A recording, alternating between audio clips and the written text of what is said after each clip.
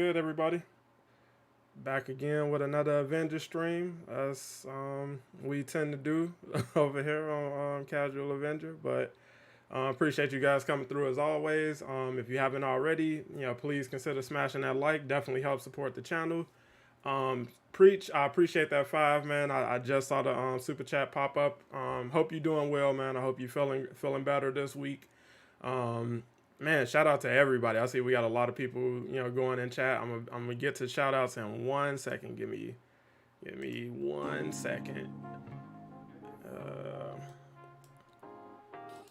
Yeah, it's like I just wanted to, kind of hop in and chat with you guys. I got a lot of stuff I want to talk about, and just been sorting between whether I want to do it in a live stream format or in my traditional video format. And I've narrowed down what I want to do, with each format. So the first thing I wanted to talk about, today was, the news of Ironheart possibly being an upcoming hero for the game, and share my thoughts and opinion on that. But before we get into that, we're also going to break down, today's blog post that dropped, and I have some thoughts and opinions on that as well. But let's jump straight into the comments. Let me move this out of my way so I can see. All right, let me see.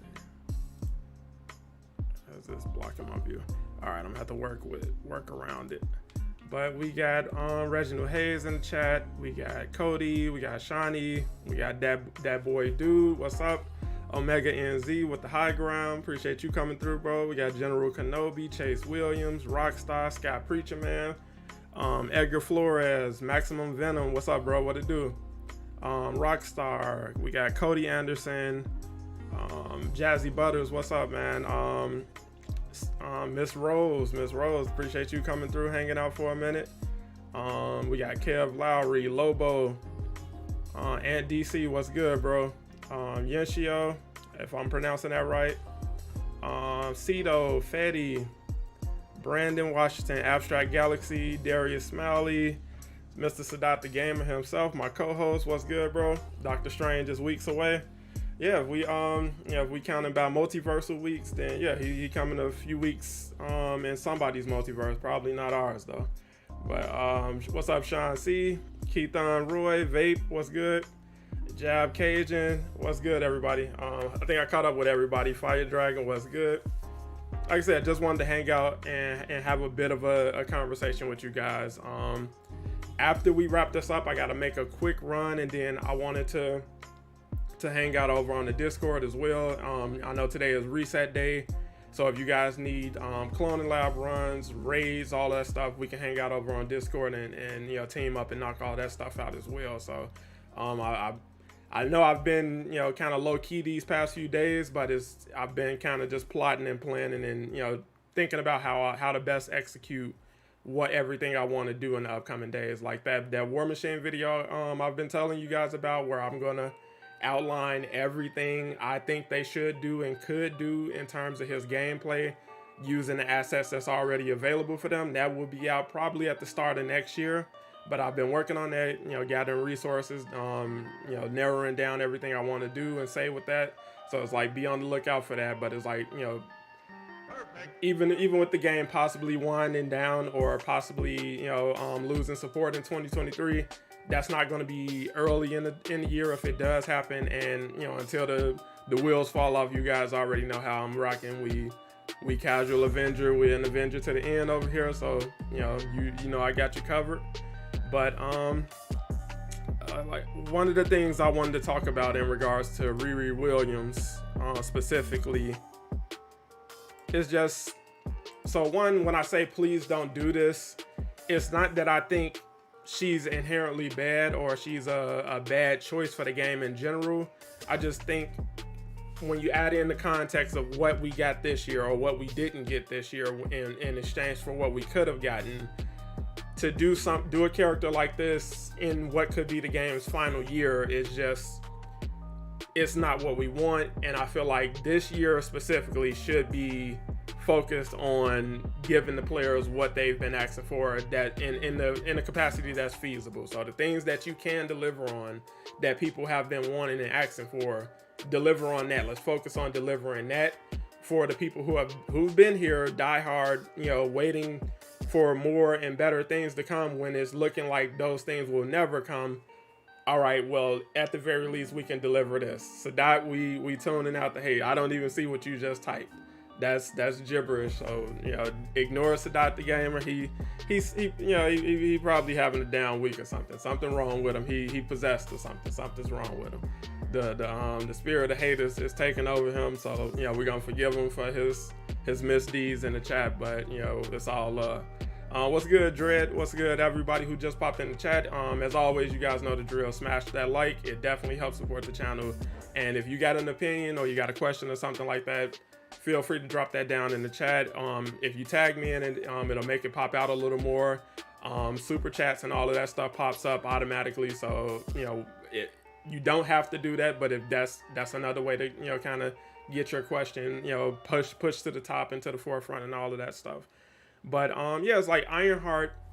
I feel like no matter what they do character wise, like whatever hero they bring to the game, I feel like they're gonna do their due diligence to make that character fun and engaging, and something about that character will be unique, whether that's the takedowns, whether that's one of their ultimate moves or something like that. They're gonna do what they can to make that character stand out from the rest. So it's like I don't question that at this point, but it's should you do it. The question of should you do that in regards to possibly doing something else, or averse to doing something else, is like, is that the direction you should go at this stage in the game's life? And it's like in the case of Riri Williams, because I told you guys months ago, like if they choose to go the route of adding Riri Williams, because she is rising in popularity, Marvel has been pushing her to the forefront. After her role in Wakanda Forever, she's definitely going to be featured more prominently in comics and Marvel media in general. So it's like there's plenty, she checks off plenty of boxes as a justification for pushing her in the forefront of this game, which has been used as a vehicle to kind of highlight lesser known heroes like Kate Bishop, Kamala Khan, and Jane Foster. So it's like I can see them doing it based on that track record, but again, if this game is wrapping up, just give the people what they want at this point. And more people would be open to War Machine than Ironheart. More people would be open to She-Hulk than Ironheart in this, especially if this character is going to come at the expense of those kind of characters, which I believe it would. So if you get an Ironheart as the next hero, you're not getting a War Machine. It's just not going to happen, and that sucks. What's up, Killer Noise, bro? Appreciate you coming through. Shine Gaming, appreciate you coming back through, bro. Appreciate man, I appreciate you guys always hanging out with me over here. And just like I said, I enjoy the conversation dynamic. Just talking with you guys, sharing my honest thoughts and opinions, and getting your guys' thoughts and opinions on everything that we may or may not see in this game that everybody still loves. For whatever reason, for multiple reasons, we still rocking with it. We still here. Hey, if that's what they want to do, that's what they want to do. Ultimately, I'm not coming in from a place of entitlement. I'm not coming in making demands, because at their detriment, this content, whatever they release, is going to be free. So it's like I'm not coming in like, hey, well, you have to do this, or I demand that you do this. It's free. It's not costing me anything. It literally costs me nothing but the time it takes to wait for it to be delivered. But again, if we're in the home stretch, if we're on the last legs of the game's lifespan, I know it's easy. I know it would be just as easy to deliver on a War Machine that you've already considered, that you've already put a little bit of time in designing, actual attacks and mechanics and how he'll work in the game. You've already put work and thought into that. You can revisit that, you can finish that off, and you can deliver on that, because he's more of a legacy character when it comes to being an Avenger than Ironheart, who's a very new character, very new on the Marvel scene. And again, it's like I understand wanting to push her, and to their credit, Marvel Games has been delivering very great characterizations of heroes in this year alone, in recent years in general. their version of Kamala Khan is the best version of Kamala I think we have in media right now. Outside of the comics, like I'm not a hardcore Kamala comics fan, but I do feel like they took the source material and adapted it as best as they can to make her what they wanted her to be for this game, and something audiences can gravitate to in general. So it's like, I think she was a great addition to the game. There are a ton of people who are masters with Kamala in this game, and I feel like she's a perfect representation of what good writing and understanding the character can, deliver in terms of just bringing new or lesser known characters to the forefront. And I don't I was about to say, I don't doubt that they will be able to do that with Riri Williams, but at the same time, they're not really delivering the same kind of narrative depth that they were offering in the game's first year and in the game's first few DLC packages and things like that. So it's like, whatever version of Riri we did get, if she ultimately did find her way into the game, which I don't ultimately believe there are plans to bring her to the game, but her name is floating around. Her she obviously it was considered because there's audio for her, in the game being addressed while being down in the game during combat. So she's been considered, and I just don't believe this is the route you go 2023 for Avengers after the 2022 that we had. So like Jane Foster, I feel like she could have easily been replaced by a bigger, more well-known character, and that probably would have went over a little better than what we saw, for this year. 2022 was a disappointment for a plethora of reasons, and I'll try to have a review video out maybe tomorrow. If not tomorrow, I'll definitely have it out Sunday. But just reviewing what we actually got in for 2022 in Avengers, objectively, as you guys know me, I'll be 100% fair with the game. I will give them credit for what they did right, while also criticizing what they could have did better, or what I feel like what were missteps in this year's planning and execution. But War Machine isn't an Avenger. Have you either trolling or you are really in the weeds? Like you don't know. You do not know what you're saying right now, but I'm assuming you trolling a little bit. But it's like, looking at the year that we got, like if you coming into 2022, if you knew you can only deliver on two heroes, Winter Soldier and Jane Foster, neither of them are big enough names to really just kind of solidify, like, okay, well, this is the year in Avengers. Like, this is the best we can do in content. And it's like, even with your going the Echo route for Jane Foster, there are other heroes who would have made a better, more engaging Echo than Jane Foster, who is essentially just Thor. And the fact that she took the same amount of time as a full-fledged hero further just makes it not make any sense of why you chose to go that route, because you didn't cut any corners in terms of scale and delivery. Like, you were under the same gun essentially of being able to bring her to launch, and work started on her back in December, and we didn't see her actually arrive until June, the end of June. So it's like, that's a lot of time for a character that's not really bringing anything new to the table, when you could have put that same time and resources towards a character where you have a lot more flexibility in terms of gameplay and all of that. And that's basically all I'm arguing. Like, the people who are still demanding Scarlet Witch and Doctor Strange, I feel like you're setting yourself up to be mad on your own. It's like, they're not doing anything that gives you the impression that they're going to get something like that at this point. And it's like, I don't know what you're seeing, or I know I'm not the only person who makes videos. I know people make videos with all kind of claims about what's coming to this game and who's coming to this game and things like that. I know it's bad information out there and stuff like that.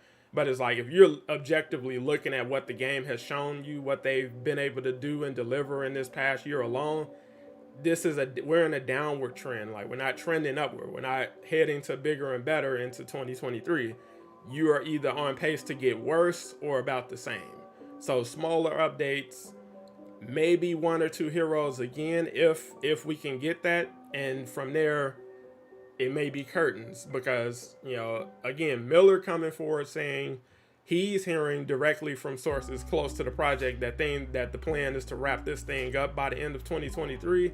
That carries a lot of weight, and I haven't heard anything that contradicts that as of right now. So it's like that's my understanding going into 2023. Like, we're going to be in a position where this may be wrapping up, sometime in September or December of next year, or you're going to get an announcement like, hey, that's it. We appreciate you, coming along for the ride, but we've took this as far as we're willing to take it, and we want to focus on some of our other projects going forward. So that's my expectations going into the year. I'm going to campaign for them to do something different, because I don't believe that's set in stone. I don't believe it's at the point where, yes, we're definitively done come the end of next year, but I do believe that is the sentiment going into next year. So it's like, hey, let's do what we can. Let's get whatever we worked on out the door, and we'll just ship that. And then once we reach the end of the year, we're not renewing any deals. We're not looking for funding or anything like that. We're just gonna give them what we have, maybe patch it to where, you can have your skins when you're offline. You can play with all the heroes and all the missions offline, and that's it. And when I say all the missions, I just mean like DLC operations. I don't think you're gonna have people like Spider-Man or Bucky be available in the main campaign. That would take a different amount of work. The sad music doesn't help. I'm just running. This is my playlist, bro.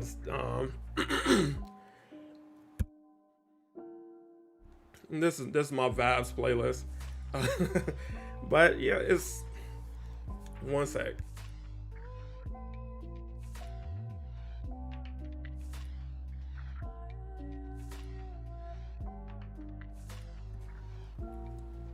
So basically what I'm saying is this. I'm hoping for the best for Avengers in 2023. I'm hoping for a turnaround. I'm hoping that the team is motivated to push for a turnaround.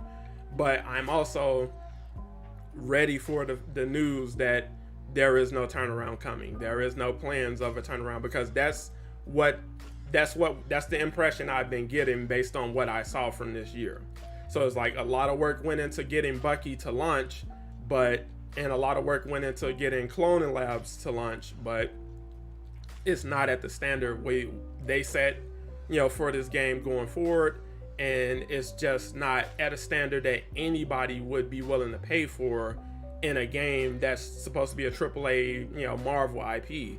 And it's like, that can't be your standard. This cannot be the norm going forward. So you cannot go forward for the next umpteen years pushing out two heroes and repurpose content with, in-game cutscenes that they're not polished. They're not the best representation of what the game or the brand can do and could be. And I just don't think anybody wants that to be the norm going forward. So it's like, they did it. This is what they can do in 2022. And they don't want that to be, all right, well, this is the expectation going forward. We're not going to try to do a 2024 of this. We're not going to try to make it to 2025, putting stuff like this out. Especially if the best you can do in that time frame is more echoes. So the people who are most likely to be echoes, that's your hero roster. I mean, you're never really getting a Doctor Strange, a Captain Marvel, Scarlet Witch. People like that just aren't going to be on the table, because there is nothing coming in to validate that or justify that. I know a lot of people are still holding out hope about the Embracer Group, doing some kind of funding push or investing more in this game. I feel like what you have to understand on that front is, when you invest in something, you expect a return. So if I buy stock in Apple or Disney or anything like that, I'm doing that because there's the expectation of a return. With the way that Avengers business model is set up, they don't sell anything but skins, and most people do not view that as any form of actual content, and they take a strong stance against that by boycotting the marketplace. So they're not spending any money, they're not engaging with the marketplace until they see more content they want, which again, you're not going to see that if the game isn't making any money, and the way that the game makes money is with the marketplace. So you see the conundrum, like, it just isn't going to happen And as an investor, you're asking me for millions of dollars to invest in this project because this stuff isn't cheap.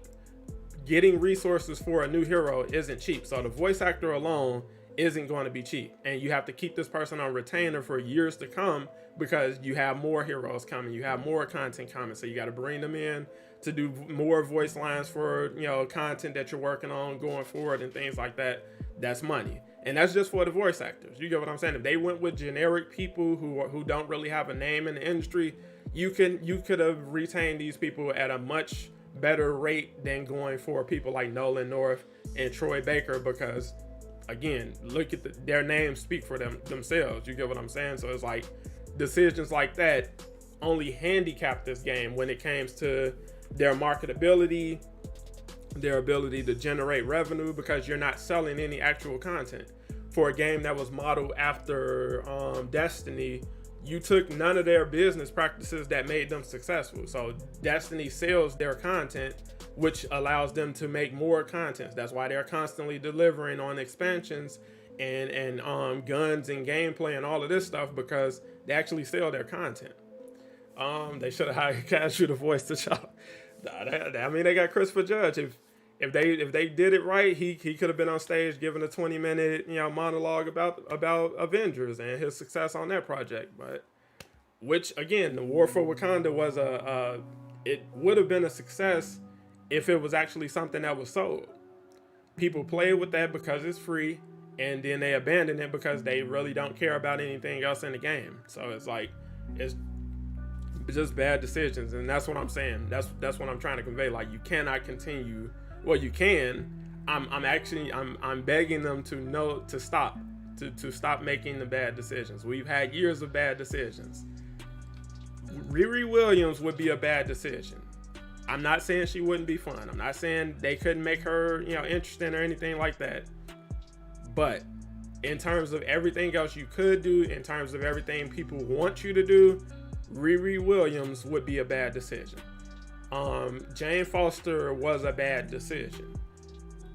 Objectively, like, I'm not saying people don't have fun with these characters. I'm not saying they're terrible additions to the roster, but when you look at that, came at the expense of getting She-Hulk in the game. That came at the expense of getting War Machine. That came at the expense of getting Captain Marvel this year. That's a bad decision. If you know you can only do two, again, you could have just got Captain Marvel in the game. So the Kree invasion doesn't have to come alongside of her. You can bring her to the game ahead of the Kree invasion. So she's here because she has word that the invasion is coming from space. She's in the streets in space. She's like, hey, the Kree are headed for Earth. Let me beat them there and help them prepare. It's simple. Something as simple as that. So you have a new hero and you have an expansion coming, or you have this new DLC that's coming that introduces new enemies, new bosses, a new raid or something like that. You can promise that stuff down the line while introducing Captain Marvel, the hero, in 2022 in place of Jane Foster. So in the summer, you could have got the Winter Soldier. Or again, if you don't want to do Captain Marvel this year, She-Hulk had a show coming out. You could have delivered on She-Hulk, and then the Winter Soldier comes at the end of winter, as he did. And it's like, all right, that's fine. You got two heroes this year. They're not Captain Marvel. They're not Doctor Strange, so they're not going to be like the saviors of the game. But it's like, that would have been a lot better received than Jane Foster. And now people are hearing rumors about people like Shuri and Ironheart coming to the game, when they want people like War Machine. They want people like Captain Marvel. They want people like Doctor Strange. So in place of what they want, stop giving them things they really don't want, just because it works on paper in some capacity, or it checks off certain boxes that you wanted to check. So it's like, you want another flyer, you want more females in the game. It's like, I get it. There's other routes you can go. When you want another female flyer, think Captain Marvel. You get what I'm saying?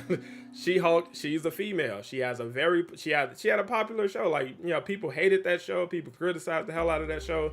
People were watching it. People, were talking about it and stuff like that. It's like, you could have capitalized on that by simply being a part of the conversation and bringing that character to a game that will bring more people to the game. And if you actually sold that, you would make money.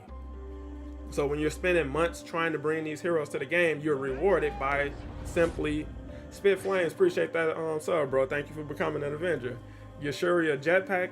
Yeah, it's like I 100% have no belief that Shuri is actually coming to this game as a playable hero, because it wouldn't make sense. Like look at the raid. So you're gonna have Shuri running around the raid trying to save herself in the raid, like that.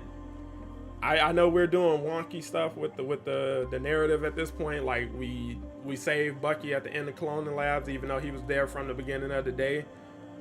I know we're doing silly stuff like that, but I don't think we're trying to get that silly. I don't think we're that silly at this point with, let's give Shuri a full-fledged, playable character in the game and stuff like that. Like I said, I just feel like use what you got to do what makes sense, and if you genuinely want to turn the game around, just sell what you already got. And I've said that ad nauseum this year. Beastly said, "What's good, bro? What did you miss?" we're just conversing about the possibility of Ironheart coming to the game and why I ultimately think that would be a bad decision for the game going forward. Again, and as I keep saying, it's not that she won't be fun, because there's a ton of things you can do to make her fun, but I don't think there's going to be any real budget put into making her distinct from Iron Man. So I don't think she's going to have vastly different ultimates or anything like that, or gameplay mechanics that's going to make her vastly different from Iron Man. I think she's going to be Iron Man in the same sense that Jane Foster is Thor. So it's like she got a couple new bells and whistles, but if you play Thor, Jane Foster doesn't play a lot different from Thor. So it's like she has a few tweaks that made her different, but she's essentially Thor, and they just made her stronger than him, just to justify it. Like, oh, well, she's stronger, even though that really doesn't make sense thematically. It is what it is. It's like I still main Thor. I didn't gravitate towards Jane in place of Thor or anything like that. I tried her out. I play her. I got her to 175, but when I want to play as a Thor, I go to Thor. John Reed with the sub. Thank you for becoming an Avenger. But yeah, it's like you've been seeing people demand heroes like Falcon, like War Machine, Vision, Ant-Man. Nobody's demanding Ironheart. Nobody is demanding that. You get what I'm saying? Nobody's like, where is Ironheart in Avengers? Nobody's checking for her. Nobody was looking for her. Nobody was asking about her. It just isn't that. And again, you're already, like, the rumor is out there, and I know they're not going to do anything to combat the rumor of the game shutting down at the end of next year. Like, they're not going to put anything out that contradicts that. That just seems to be their policy at this point. Like, hey, we'll pretend like it's not a thing. We'll put our head in the sand or whatever. And even though that's hurting your sales, like it's hurting your sales. Like I'm not promoting their skins in the marketplace because I can't tell you definitively that buying skins at this point is, supporting the game. Like, I don't think that's helping the game in any capacity. I don't think they even need, skin revenue to keep the lights on this game.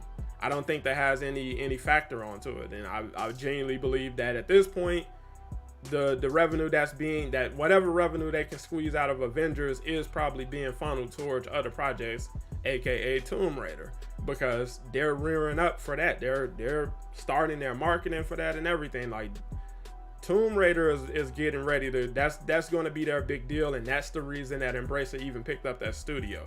They have control of the IP. They just partnered with Amazon Gaming as the publisher.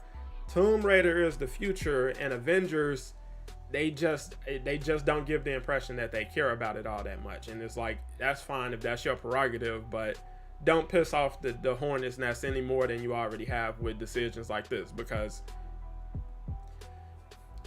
if War Machine was never planned, if Vision and Ant-Man and all these people in Captain Marvel were never planned, that's one thing. If we didn't know these people were planned or considered, that's one thing.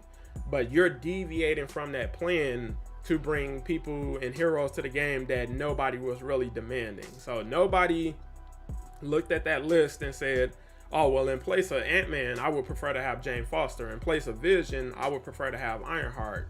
In place of Doctor Strange, just give me Shuri. It's like nobody's asking for that. Nobody is saying like, hey, I put She-Hulk on the back burner and just give us Ironheart. Nobody's asking for that. And it's like, that's not lost on them. They know this. They know this is the case. Do what makes sense. War Machine, you have the resources in the game to make War Machine fun, engaging, while, you know, he can have elements of other heroes in his gameplay as well. You can do all that. Like, I was thinking about that today while I was playing with Bucky. The way you can chain it from his signature, his air signature, where he dives and does a ground pound.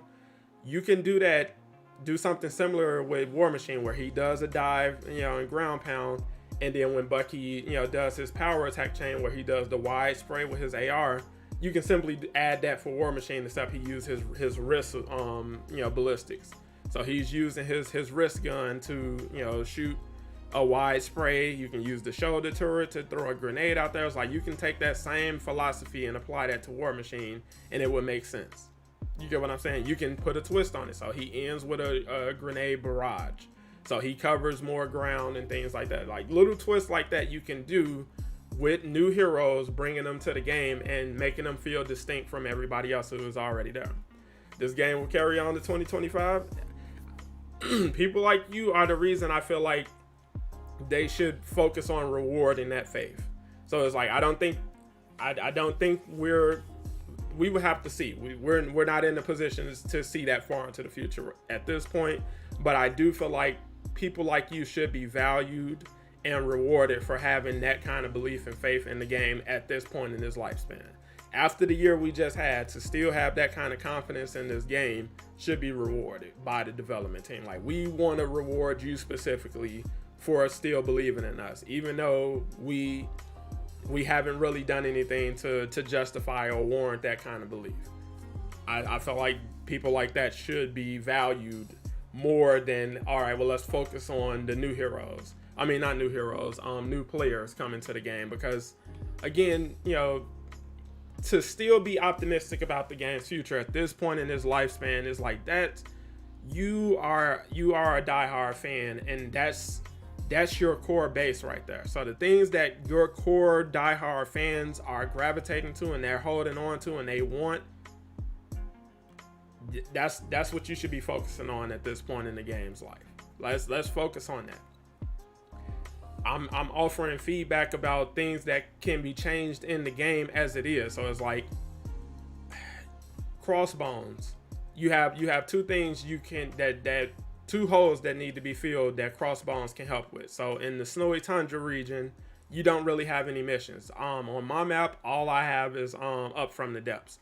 If I take that off, I don't think I would even have a mission in that region. Like, if I completed that mission, which I'm not going to do, I don't think you have anything else in that region, which is ridiculous. But it's like, there's an opportunity there. You can add a crossbones villain sector in that region. He's not present anywhere else in the game outside of T'Challa's operation. And again, minimize his, or just redesign him a little bit. I know that's going to take a little bit of work, but it's like, it's not as much work as bringing a brand new villain design from the ground up. It's not going to, you know, you're not facing that kind of challenge with something like that. Similar to what we got with, I think it was update 2.3 when they brought in all those extra missions to the wasteland. So you got Taskmaster villain sector, you got a new vault, you got all this new stuff in the wasteland. Do that with the snowy tundra region. Add a new villain sector, add a new hive, and a new twist that you should do with the hives is simply add villains to the hives. So Taskmaster, he's already in the game. We fight him every day, every place and stuff like that.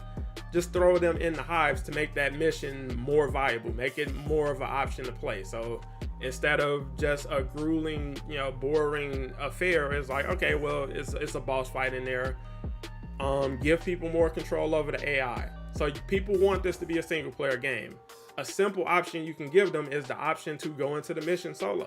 So I don't have to bring a full squad with me. I don't have to bring more than one AI with me. So like something like that sounds simple. I don't know how difficult that will, the breakdown of that would be, but we already have aspects of that in the game as it currently exists. So it's like, it's doable. Just do that. If the game is shutting down, give people the option to just play the game. So remove time gating.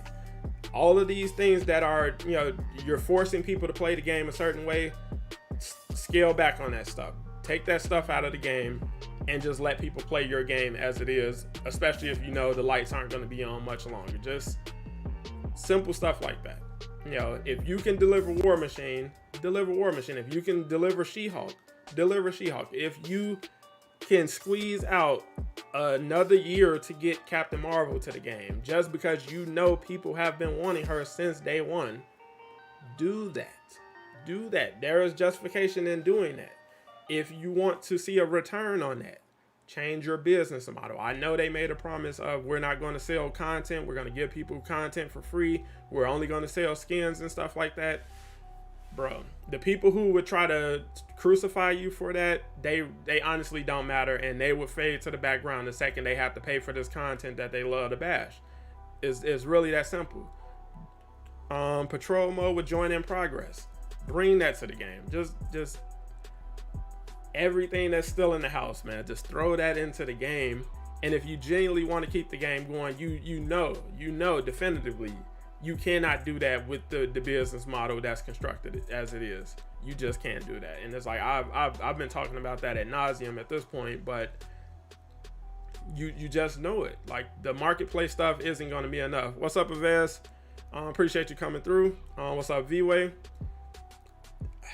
Like, if you drop a 1 in chat, if you would pay for content to get better content in the future, like content, I'm not talking about the skins. The skin stuff, that has no real bearing on the game at this point. Like, don't disregard that. If you actually pay for a new hero, if you would pay for a new campaign or a new expansion, drop a 1 in the chat, because that's the stuff that gives the game a future. That's the kind of stuff that would give the game a future. In spite of the promises, we get the promise. I appreciate the promise. The people who are sticking around to be negative, they don't appreciate the fact that you're giving them free content. They don't care about that. They genuinely don't. And they're going to criticize you just because they're going to criticize no matter what you do with this game. So no matter who they announce, you announce Doctor Strange, oh, he's going to be an Echo.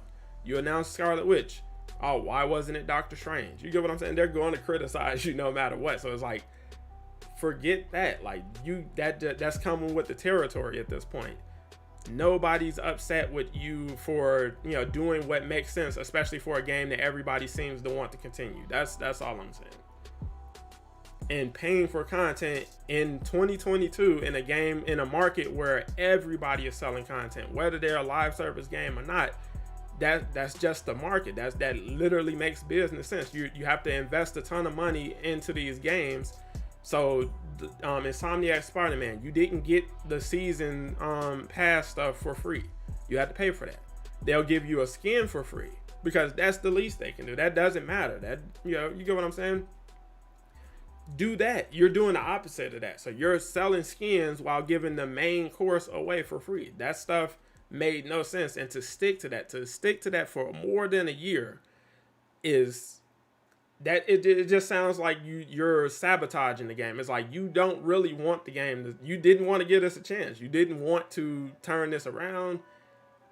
And I just don't know. I don't know what to think of that, because it's like I look at Marvel games promote other games every day, and they never promote this game. They never talk about this game that's a live service game. You just got content for this game. You just got the Winter Soldier for this game, and they haven't talked about that. They don't talk about Winter Soldier or Jane Foster. They don't talk about the Kree invasion. They don't talk about this game. They act like you do not exist. Marvel Snap gets promoted. Marvel Midnight Suns gets promoted. You've been alive longer than both of those games, and they don't talk about you. You don't get a mention, and it's like, that's crazy. That should make you feel some type of way. You know what I'm saying? It's like, I just don't get it, man. And like I said, it makes me feel like there is no genuine effort being made to push this game into a different direction. It's like you spent a year making bad decisions. I don't know who was at the forefront of those decisions. So the choice to, all right, we're going to focus on bringing Nick Fury back to the helicarrier where he doesn't even talk. He just stands there. You can't interact with Nick Fury outside of taking a picture with him like he's like a Hollywood cosplayer or something like that. He came with a ton of exposition, a ton of videos that just overwhelm anybody. Like, as a veteran player, that stuff is overwhelming. Nobody wants to sit through all of these videos telling you things you should learn from playing the game. It just is bad design. And then on top of that, you're ruining and spoiling things for people who just wanted to hop into the game, maybe to get a feel for the heroes and things like that. But hey, I'll go into the campaign later. You didn't. You ruined that. You told them exactly what happened in the story and all of that stuff, and they're complaining about that. And it's like, you didn't have to do this. This wasn't for the best. We trusted you because you were like, oh well, we want to focus on new players. We want to focus on holding new players longer, and you get what I'm saying? It's like DFG with the sub. Thank you for becoming an Avenger. It's like we just can't get out our own way at this point. Like, we cannot stop making bad decision after bad decision after bad decision. And it's like, it doesn't have to be this way, bro. Like, I am not a genius when it comes to marketing, branding, business economics. I'm just telling you what common sense dictates. Like, basic business economics, what that dictates in terms of your product. If I have to spend $100 to make a product, I'm not going to sell it for $100. You get what I'm saying? I'm trying to make a profit off of this. I'm trying to see a return on that investment. So as much as I can make off of that $100, I'm going to aim for. But at the very least, I'm shooting to make more than what I invested. So if I invested $100, I want to see at least $200 come back. You get what I'm saying? I want to see a double on my return. I don't want to see just $100 back. I could have kept my $100 in my pocket. That's basic economics. There's a demand. People are still demanding stuff for your game. People are still demanding heroes for your game. People are demanding villains for your game. They want you to raise the difficulty cap. As simple as that. What's up, who's your baby? What's good? There's people who would simply be happy with simple changes like that. You brought the difficulty level up. So, you let them fight enemies that are, 20 times, their level and things like that. It's like, they're happy with that. Adding bosses to the custom harm room. You can go in there and test out your build against the giant spider from the raid, or Claw, or Taskmaster. Like, something like that should have just been part of the natural planning for this game. Like, it just... Pewter Alden, what's up, bro? How you doing, man? Appreciate you coming through. Shout out to Pewter. See, Pewter know the vibes, man. He is a perfect example of the type of person you should be wanting to reward for having faith in your game. That dude has been in the trenches for this game, under comments being positive. Like, when you introduce a new skin, he's happy about that. He's telling you did a good job. He's not telling you, oh, well, this is great, but you should have did this. Oh, well, it would have been better if it was this. He's telling you, man, I appreciate this. I appreciate that. When you introduce new content, he's telling you, I appreciate that. I appreciate you. I'm telling people, play this game. Here, I'll play the game with you. Reward those kind of players, bro. Like, have faith and reward that faith for those kind of players. I get new players are the lifeblood of the game, but it's like the people who've been here through the ups and downs, who dealt with thousands of bugs from day one. It's like, reward that faith, reward that endurance to still be here in this game. People are still choosing this game over Gotham Knights.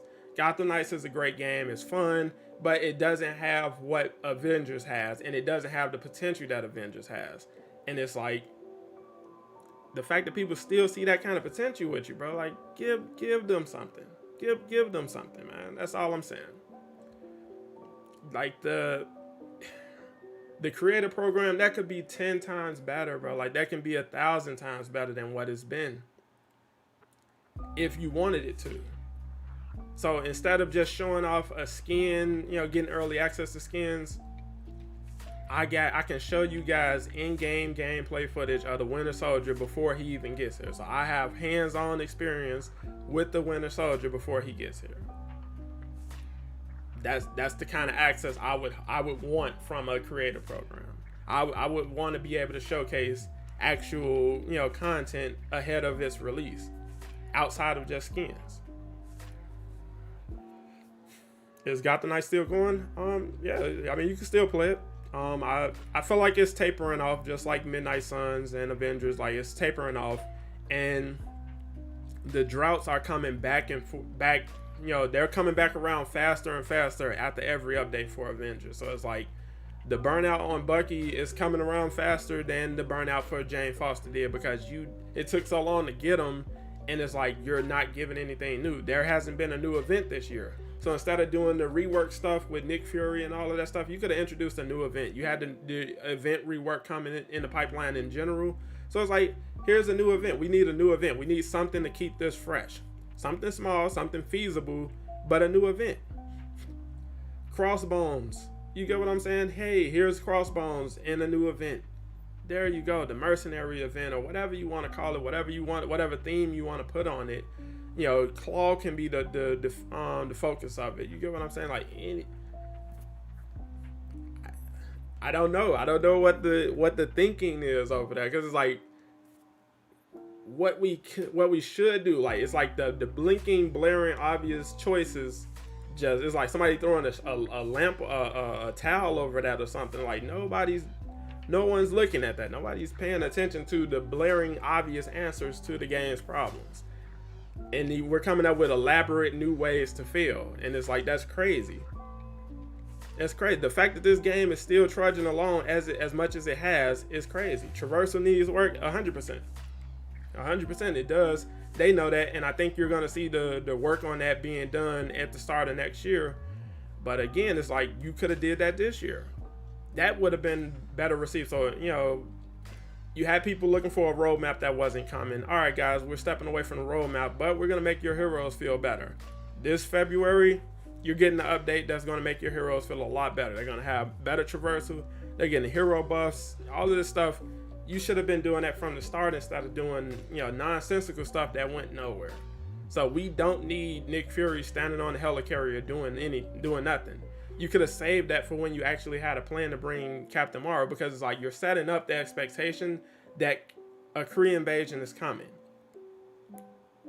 while doing nothing to move in that direction. Like, we're not going in that direction at all. The AIM storyline is still going. Monica is still in the wind. MODOK, we don't know what the hell happened to him. I don't know if he died, if he passed out. I don't know what happened to him.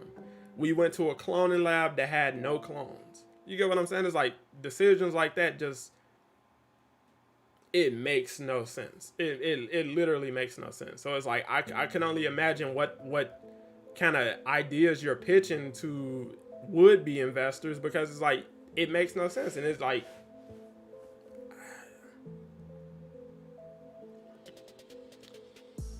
I'm just lost for words at this point, man. It's like, it should not be this way, bro. It shouldn't be this way.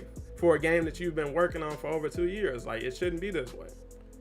And it's just like, we're getting worse. We're getting worse. We're not really learning any new tricks. We're not learning any new ways to you know, shorten the workload, so heroes aren't coming faster, content isn't coming faster. Like, what are we doing? You get what I'm saying? It's like, what are we doing? What are we working on this for? That's like being an artist for 2 years. Like, you've been painting for 2 years, but you're not getting any better. Like, you're just as bad as you were when you started out. And it's like, is that normal? You get what I'm saying? Is that the way it's supposed to be? Namor, who said Namor? Hey, you headed home, Vape? All right, bro. Vape, I actually just went ahead and started a new game on Elden Ring. What was that, yesterday and today?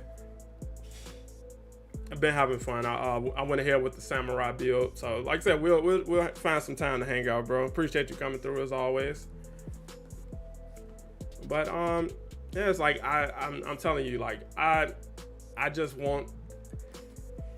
It bothers my brain, because this game, it's not that hard. I promise you, it's not that hard. You're just making rational decisions to make this game what it should have been from the jump. I'm not talking about crossplay. I'm not talking about bringing Spider-Man to other platforms. I'm not talking about anything that would actually take a lot of work and effort to make right. I'm talking about basic, common sense things that should have been there from the jump. So actually selling the content, you can do that right now. You can make that change right now with a simple blog post and a change to the UI. You get what I'm saying? All we're doing is adding prices to what's already on the UI. And I know UI can be expensive, but you're doing that's an investment you're going to see a return on, because people are actually going to be paying for that stuff. So when new people pick up this game, which you should push for free to play, they can pay for what they want. What's up, Vitor? How you doing, man?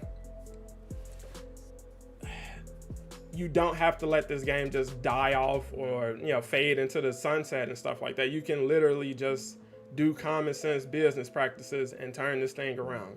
I get it. You need more experienced people on the development team. You can find them. You can give yourself time to find those people by keeping the lights on, by actually selling the content you already got in the game. It's really that simple. These new heroes that you work so hard to bring to the game, you can charge for them, which you should. That way, you know, who cares if people are criticizing? At least they paid for it.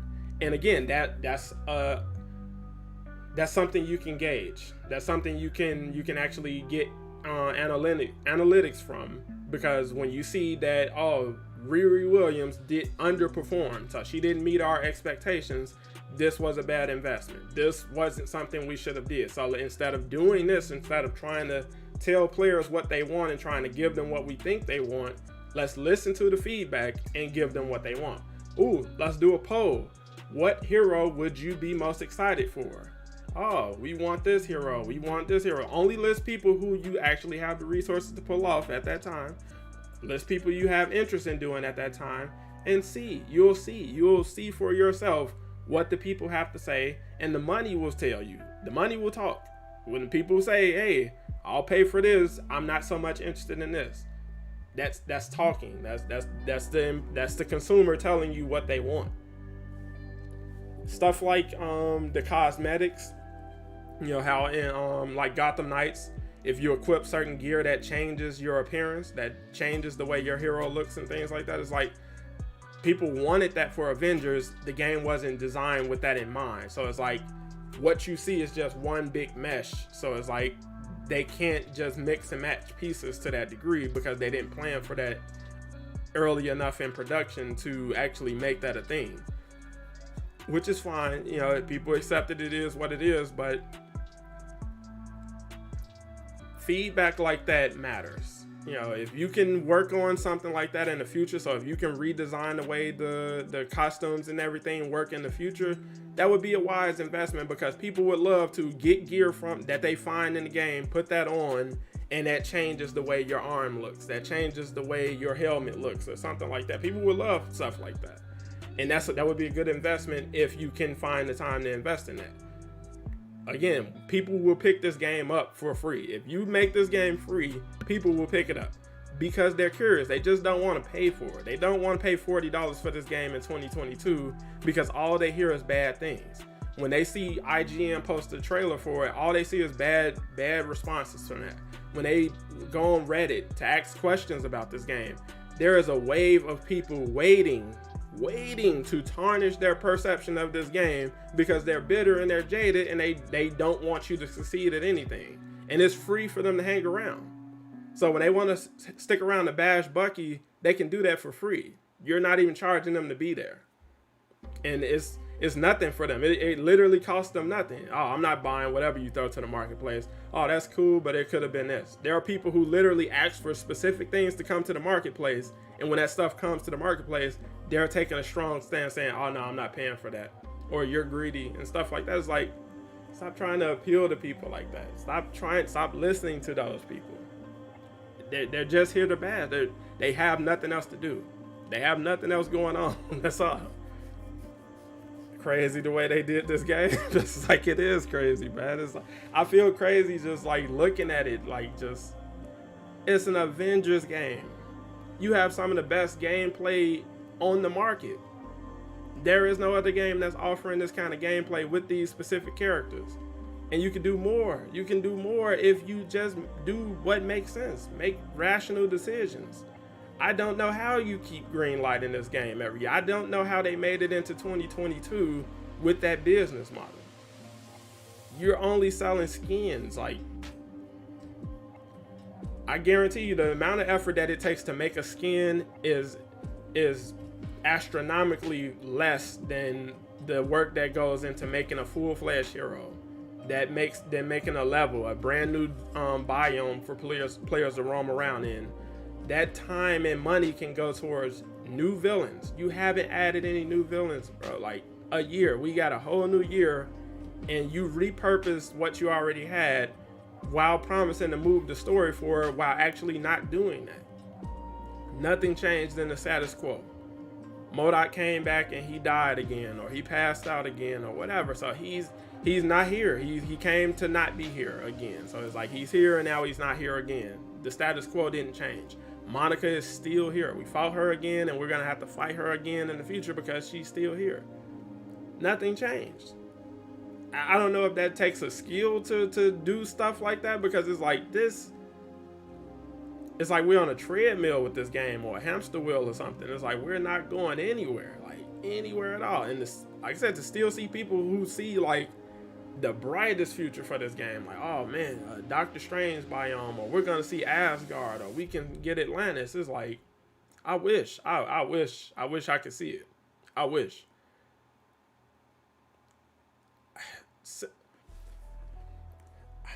Pulling stuff from the campaign. So some of the funnest, most engaging interactions in the campaign. So like early in the story, on A-Day, when Thor has to clear out the terrorists on the bridge who are attacking the police and the people trapped on the bus.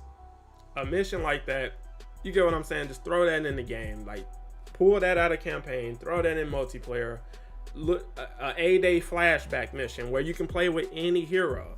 Oh no, Monica brought us back to A-Day, or the Tachyon Rift brought us back to A-Day. But you can play it with Spider-Man. You can play it with Bucky. You can play it with Jane Foster.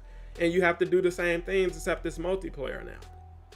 So hey, somebody has to hold down the bridge. Somebody has to go up ahead and clear out that tank. Things like that is like you're using what you already got, just in a better way, in a more fun way. It's like that should have been the reworks you're focusing on doing. So it's like, hey, the campaign stuff, we're bringing that stuff out here for you. So being able to fight outside of the helicarrier, the helicarrier is being attacked and bombarded, or you get what I'm saying? You can fight outside of the helicarrier in multiplayer. That's something that's worth investing in and putting time and resources towards. Whatever happened to Loki pretending to be Thor? It was just something they thought was cool at the time. It's like there is no, you can tell now. You can see is evident that there was no intention to pay any of this stuff off. So we keep talking about the Kree while there is no work being done behind the scenes to bring this stuff to the forefront. Oh, look at Loki. Oh, Loki, we talked about Loki again when Jane Foster came around. There is no front motion going on bringing Loki to the game. Like, we're not moving forward on that. He doesn't have a design in game. There is no behind the scenes work being done on this dude. Why would you keep reminding people of something that's not coming? You get what I'm saying? Riot Embracer Group, they didn't do anything wrong. They bought a company that has the potential to make them money. That's all. That's an investment. Tomb Raider is going to be a thing. Tomb Raider has the potential to make them a lot of money, and it's an IP that they have full control over. That's a very good business decision. Don't be mad at Embracer Group because of bad management going on with Avengers. That's what you're seeing is just more of the same. Embracer Group can't save Avengers from bad management. They're not the publisher for that game. They're not managing that game. They just bought the studio. So whatever is going on with Avengers is 100% between Marvel and Crystal Dynamics. Square Enix is 100% hands off with this project. They're done. They sold it. They've washed their hands of that. They sold off what they could from the inventory they were still holding, and that is it. 2022 is the end of Square Enix with Marvel's Avengers. That's it. And Embracer Group, they're a conglomerate. They just hold on to multiple games. They're an umbrella company. They're not hands-on with this stuff. If you have a vision for your game, they're like, all right, cool, make it happen. That's what I'm saying. Like, you can't, there's no way you can even pitch an Embracer Group or any investor on anything, any strategy for this game, because how are they going to see a return on that? You get what I'm saying? Like the skin sales, I guarantee you is not going to meet any investment. Like you would have to be waiting for years to see an actual return on that stuff. Like to see your investment actually returned and doubled or making any kind of profit on that, you would literally have to be sitting around for years. So if you invest in 2023, you might not see a return until 2025, 2026 because of they're only selling skins like that. Nobody's doing that. Nobody's doing that. That makes no sense. You wouldn't do that. So who's taking over the Avengers game in 2023? Nobody. It's in the same hands. Crystal Dynamics is still the developer, the studio behind it. I believe they're self-publishing at this point, and it sounds like they're gonna run out the license with a Marvel game. So it's like they had a license that, you know, I don't know if they had to renegotiate at the end of every year or anything like that, but it's like they're probably ending their initial 3 to 5 year agreement, and they have an option to renew or revisit the idea of renewing, and it doesn't seem like they're going into the year with any plans or expectations to renew once they reach that the end of that initial leasing agreement. I was just happy to get Bucky, bro. I want to be happy that we got Bucky before the plug gets pulled, but it's like we don't pull the plug before Captain Marvel, bro. Like you. That's what I'm saying. Reward the people that stuck around with you, man. Reward those people. Reward the people who've been demanding and wanting Captain Marvel, man. Like people want to see what you can do with Captain Marvel. People believe you can make a very fun, powerful, dominant powerhouse Captain Marvel in this game with new mechanics, new heroics, new takedowns and all that stuff. That's what people want to see. Invest in that. How do you get a return on that? Actually sell it. Actually sell that. Sell the idea of that. Hey, Captain Marvel campaign, new season pass coming. There you go. They're outsourcing skins and everything anyways. Outsource new hero challenge cards. All it is recolors. You know what I'm saying? Maybe a couple takedowns and things like that. It's like outsource that kind of stuff to sell. That's money you can make. You can perpetually sell challenge cards. That's money. You get what I'm saying? It's like that would be my thinking. Like we're monetizing everything we can with this game that makes sense. So you can get the game for free. You can play the campaign for free, and you can go into multiplayer for free. But if you want extra heroes, you want to check out those operations and things like that, and you want skins and takedowns, you have to pay for that. We're going to give you fair prices. We're not going to, we're not trying to bleed you dry, but yes, we do need to see a return on these investments. Like we have to pay these actors to come in and do voice work. We have to pay motion capture specialists to come in. We got to pay animators. We got to pay engineers. We got to pay designers. We got bills to pay over here. We got stuff to pay for over here. The stuff doesn't come free, and there is no kindness, there's no gratitude being shown for this game from the general public. There's nothing but, negative people who are just bitter for whatever reason. So, multitude of reasons. You didn't get the hero you wanted. You didn't get in the program. You didn't get the recognition you wanted. Whatever. They didn't show your photo that you shared. Whatever you're bitter about, there's plenty of people with bitter missions out there that's just hanging around to share that, to spread that. I don't play this game, but I'm criticizing the hell out of everything they do, everything they say, everything they share, even though I don't even have this installed, even though I don't even play this. I don't play this every day. I don't log in. I haven't logged in X amount of time, and I'm still here talking about it. Monetize those people, bro. It's like, if you want to stick around, pay for this stuff, man. You want to see how bad our Bucky is, pay for it. You get what I'm saying? Like, you want to check out his skins, pay for it, man. It's like Destiny is not giving out any kindness over there. They're making money, which is why they are successful. Fortnite is making money. We know you want these skins. Oh, My Hero Academia, Hulk, The Witcher, whoever you want. If you want them in Fortnite, you got to pay for it. making billions of dollars over there. Why? Because they're executing a smart business strategy. What's up, Iron Trazio? Got off from work now. What is happening? News? Just a conversation, bro. So, if you've been hanging around the game towards the end of this year, you probably heard about heroes like Captain Marvel, Shuri, She-Hulk, and Ironheart being unannounced heroes because there's dialogue of Jane Foster addressing them while they're downed in combat. And I'm just, sharing my opinion on the fact of why Ironheart would not be a good decision as a new hero in Avengers. And it's like, that's not coming from bias. That's not coming from, me being negative or demanding anything. I'm just saying objectively, I don't think that's the best route you should go with this game. I don't think that's the best route you could go with this game. And I don't think you should have any desire to go that route. Let somebody else, show Ironheart off. Let another game do that, or save that for down the line. You can keep the lights on. Shuri can be a 2024 hero, a 2025 hero. You get what I'm saying? As long as the lights are on, the future is bright. You can squeeze her in anytime, but to reward a little bit of faith, give people who they actually want. So She-Hulk would be somebody people really would be glad to see because they're under the impression we're not going to get her anymore. You get what I'm saying? So they would be happy to see her come to the game. War Machine would be well received because there are people who genuinely believe we just aren't going to get that kind of hero at this point, which it would be a shame.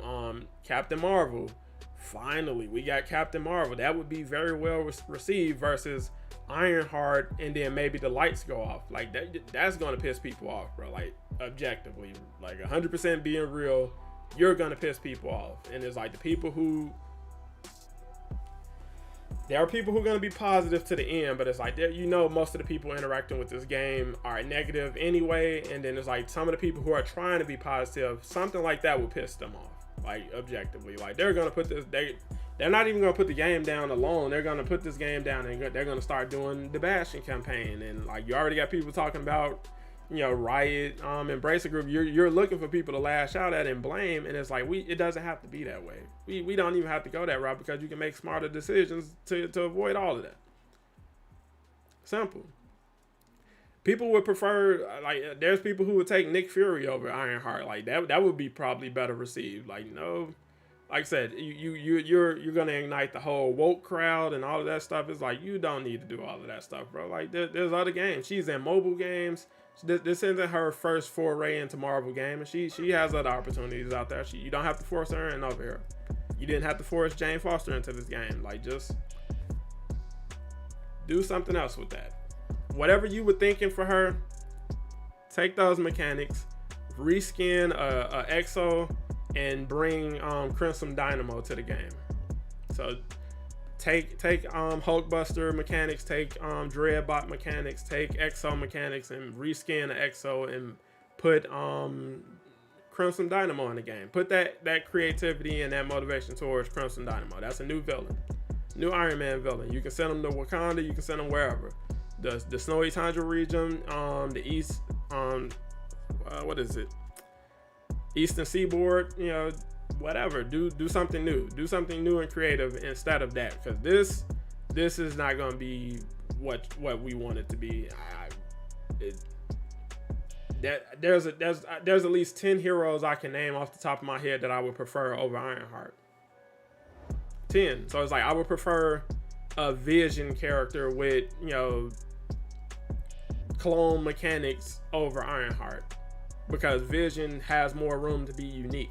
You get what I'm saying? So Ironheart shooting lasers and missiles isn't all that unique and engaging when you already have Iron Man, and then on top of that, she's coming at the expense of War Machine. It's like I want War Machine.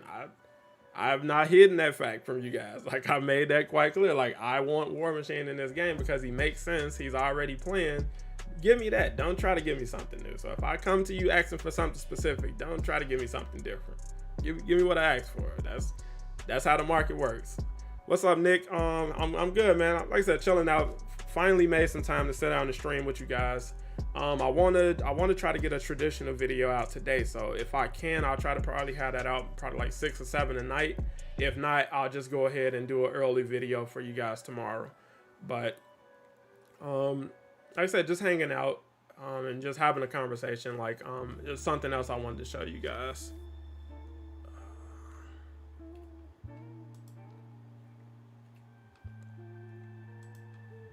So I wanted to get into the blog a bit, and it's like, you know, we got the Tachyon anomaly going, we got Quad XP going until January 5th, which is a dub. That's definitely something, you know, players are excited about. I wanted to talk about the shipments, you know, and specifically what they're going to be doing next year and why this kind of stuff needs to stop. Like we need to stop doing this. I'm not buying Ironheart skins. That's what I'm saying. Like, if you cannot rely solely on the marketplace, because if people don't want what's in there, you don't have any money coming in, bro. Where people will pay for, you know, new villain content, new hero content, new mission content. They'll pay for that stuff, and it's like, don't handicap yourself to something that's so easily dismissible. Let me see. ACAS, what villains you like to see in this game? Everybody, bro. Like, there's no reason Hydra shouldn't be in this game. There's no reason several enemy factions shouldn't be present in this game. So, like, the Serpent Society could be a thing in this game, bro. Like, you in the Eastern Seaboard and the Serpent Society is attacking people and stuff like that. It's like, that. This is Avengers. It's like, that's a no-brainer. Like, that should have been a major part of the planning process from the jump. Who do we have coming to the game outside of AIM? Outside of people working for AIM? Because it's like Taskmaster and his mercenaries, they work for AIM. Abomination, he works for AIM. Claw and his mercenaries, they work for AIM. MODOK, he works for AIM. Monica's working with the Kree. It's like, this is not how any Marvel universe works, bro. Like, no Marvel universe works like that. AIM has never been at the pinnacle of a villain faction or hierarchy or anything like that. It's like, they're treating Monica like she's Dr. Doom or somebody. It's like, bro, this lady don't have that kind of clout. Just stop it. It makes no sense. Hydra being on the scene makes sense. And it's like, you can use the assets in the game to make that. You have, you know, AIM enemies, slap green on them, slap the Hydra label on them, change up their weapon mechanics a little bit, and there you go. We got new enemies in the game, and it's Hydra, bro. We're not robots. We got Hydra enemies. We got Hydra bosses. Crossbones fits right in with Hydra. You can introduce Arnim Zola. You get what I'm saying? It's like, you can use what's in the game to make new, refreshing things. So Arnim Zola in a raid or OLT or something like that makes sense. It literally just makes sense. And it's something you can do. Like, you don't have to reinvent the wheel to do stuff like that. It takes genuine planning and just an understanding of what you have, bro. It's like, I don't know how to say it. It's like, it's like having a handful of gold, like genuine gold. Like, you have a handful of gold, but you treating it like it's cold. Like, you get what I'm saying? Like, you treat it like this holds no real value. Even the content creators hate the game. Yeah, bro, everybody hates this game. Yeah, there are people who love it. You know, don't get me wrong, but it's like, as somebody who's new to the community, that's not the impression you're gonna get. Honestly, if you've been hanging on the outskirts of this game for, you know, since launch, that's not the impression you have of this game. The impression you have of this game is, this game sucks, it's bad, the developers are lazy, they don't know what they're doing, they're clueless, all of this stuff. And, you know, it's you know, then you get into the shields and defenders argument and the haters and all this other stuff. It's like, nobody wants to walk into that, bro. Like, you get what I'm saying? Like, nobody wants to join that. And it's like, it doesn't have to be that way. That's what makes it sad. But getting back to what I was talking about with the shipments. So we're bringing the Ruskaya protocols back, you know, January 5th, where we're coming back with the Ruskaya protocols, right? Triple XP for Thor and Hawkeye.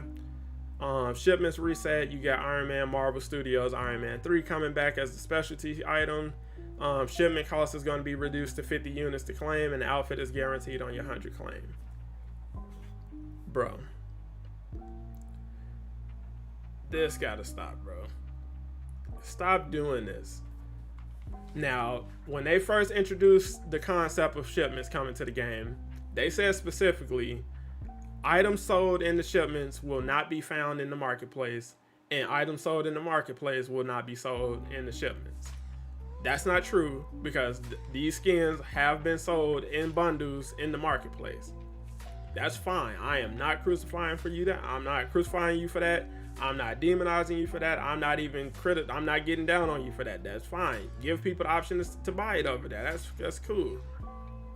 On the flip side, instead, I understand wanting to give people another chance to get the skin who may not have been around for that, or who may be new to the game. All of that good stuff. There's a place you can do that. Want to know what that place is? It's called the Vendor, bro.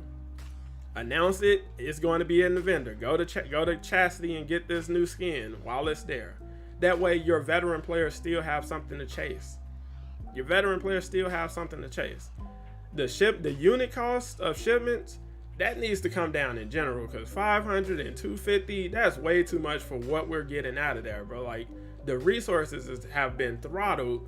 And again, if this is the last year, turn the faucet on, bro. Let those resources loose.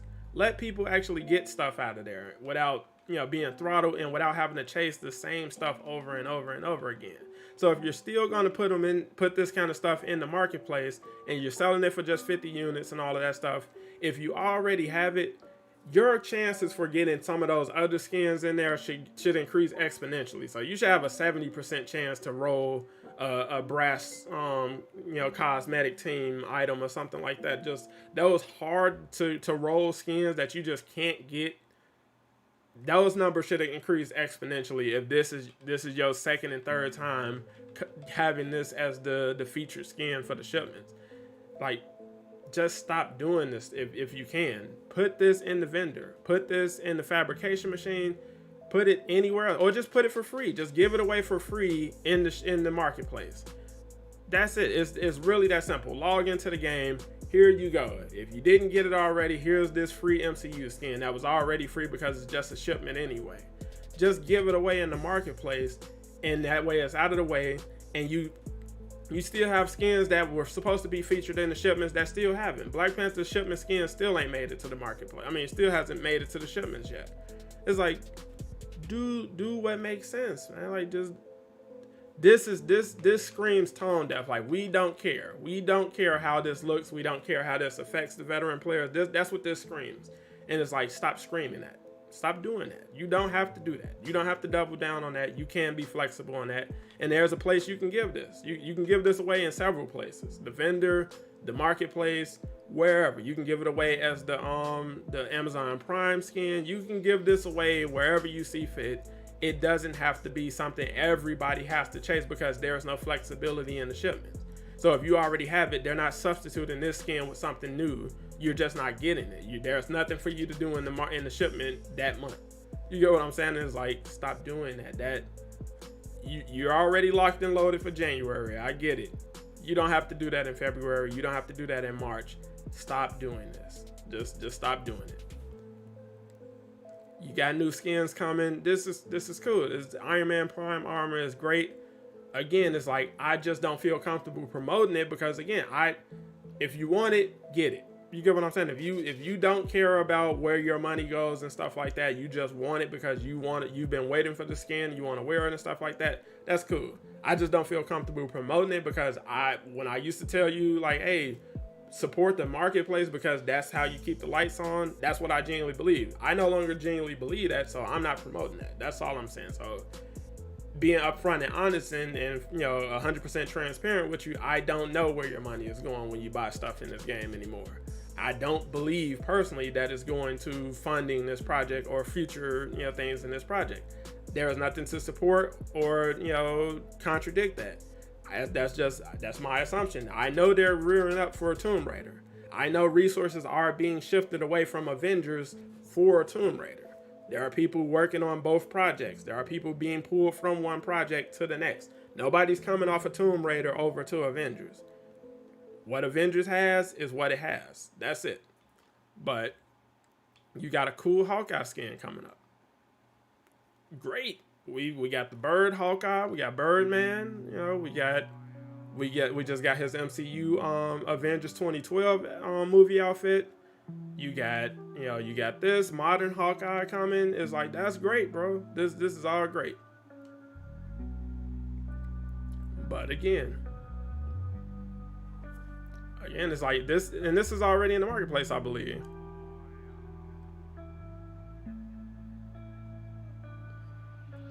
All right, January 5th to January 12th. Yeah, it's available today. So I haven't really checked the marketplace today. So it's like I 100% really don't know. You got the Amazon Prime giveaway. You got the maskless versions of stuff given away. Not given away, but you got the bundles and the skins and the, all of that stuff. That's fine. However you choose to do that, that's your business. This stuff you don't have to do. This isn't fair. This isn't fair to everybody, who plays the game. This is heavily tilted in favor of people who haven't been around as long as the veteran players. And it's like, we spent 2022 on the back burner. You put the veteran players on the back burner for 2022. You didn't leave us completely in the dark and, just completely on the back burner. Like, we got stuff. So the hero buffs, that's more sort of geared towards veteran players. Like, you got the most out of that day one. But still, it's like, this stuff is heavily tilted towards the newer players and people who just didn't get it, instead of rewarding people who were around. You were around, bro. Like, hey, if you were here to get it, we appreciate that. We appreciate you showing up every week to rock with our game. This stuff is going to go somewhere else, and we're going to give you a better skin or a different skin as the chase skin. So that Kate Bishop skin that I showed you guys, that can go in the shipments for, as the chase skin. We're not repurposing content in the shipments. We're not doing that anymore. Let's put new stuff in the shipments every month. And if you missed out on something, you'll have an opportunity to get it somewhere else. We either give it away for free in the marketplace, or you can purchase it from the vendor. That's it. It's really that simple. Like, that's it. That's all. And that doesn't take a lot of work. I guarantee you that doesn't take a lot of work. That you're not breaking the bank. You're not breaking resources. You're not straining the team. You can do that very easily. It's just the willingness and the intent to do it. That's it. It's as simple as that. And again, that's honest. That's me 100% being real with you. Like, nobody should have to look at this again in the shipment once it's already been there. I understand wanting to give it away again. People should have access to it again. The shipment shouldn't be the place to find it, unless it's just a part of the roster of skins that you can roll in that month. So if it's down at the bottom with the top brass skins and everything else, cool. Another way you can use it. It shouldn't be the chase. It shouldn't be the main skin that everybody has to chase. That's not how that should go.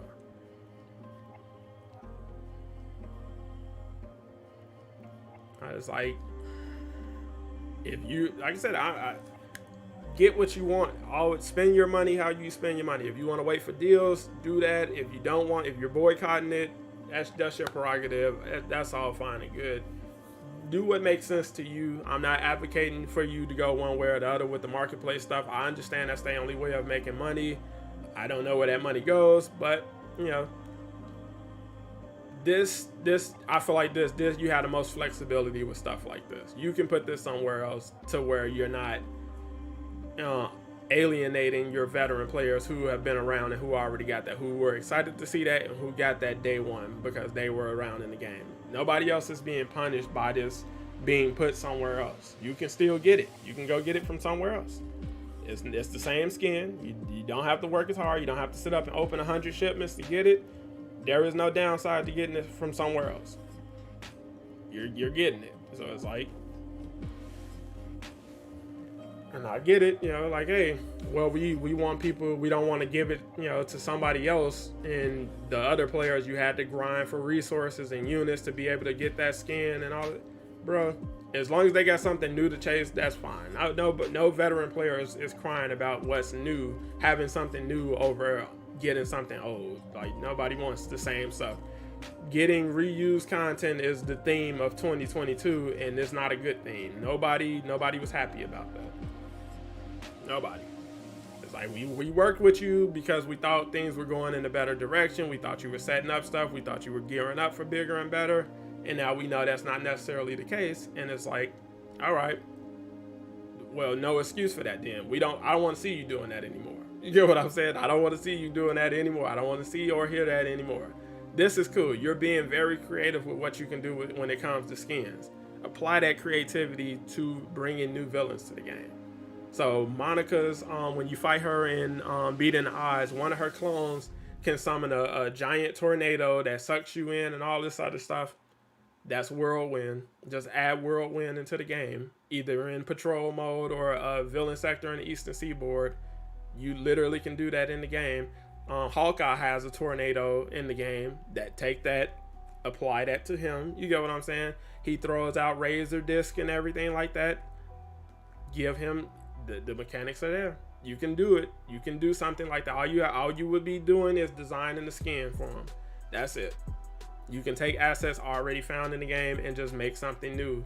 Take this creativity and apply it to something that everybody can enjoy. Everybody's not going to buy this. Everybody may not be able to afford this. But if you put that creativity into a boss that everybody can have access to, that would be much better, received, and a better investment of time and resources. Quad XP for the past few weeks, that's a dub. Nothing wrong with that. Love to see it. Loosen up on the time gating. Either do it for a weekend, a week, or something like that. Make that the event. You get what I'm saying? Like, no time gating. You can play the raid as many times as you want and get the full reward every single time. You can play the OLT as many times as you want per hero and get the full reward every single time. You can get your full grind on because, hey, it's Avengers. We're not telling you the lights are going off or staying on, but we want you to have fun. We want you to enjoy playing the game. We want you to want to play the game. There you go.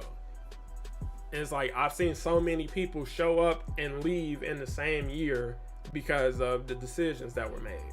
So you started the year off optimistic about where we can go, and by the time you got to Bucky, you're like, I'm done.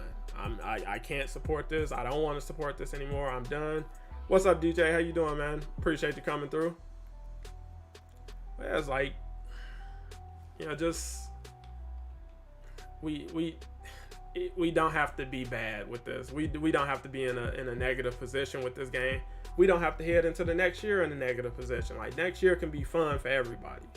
Genuinely, like, next year can be fun for everybody. You just literally have to do the work. Like, that's it. But don't do this. That's all I'm saying. Do not do this. Under no circumstances do you do this. Do not do this. What's up, Victor? What happened? Like I said, nothing. Just a conversation. I started the conversation off talking about why Riri Williams would be a bad choice to come to the game, especially over heroes like War Machine and She-Hulk. But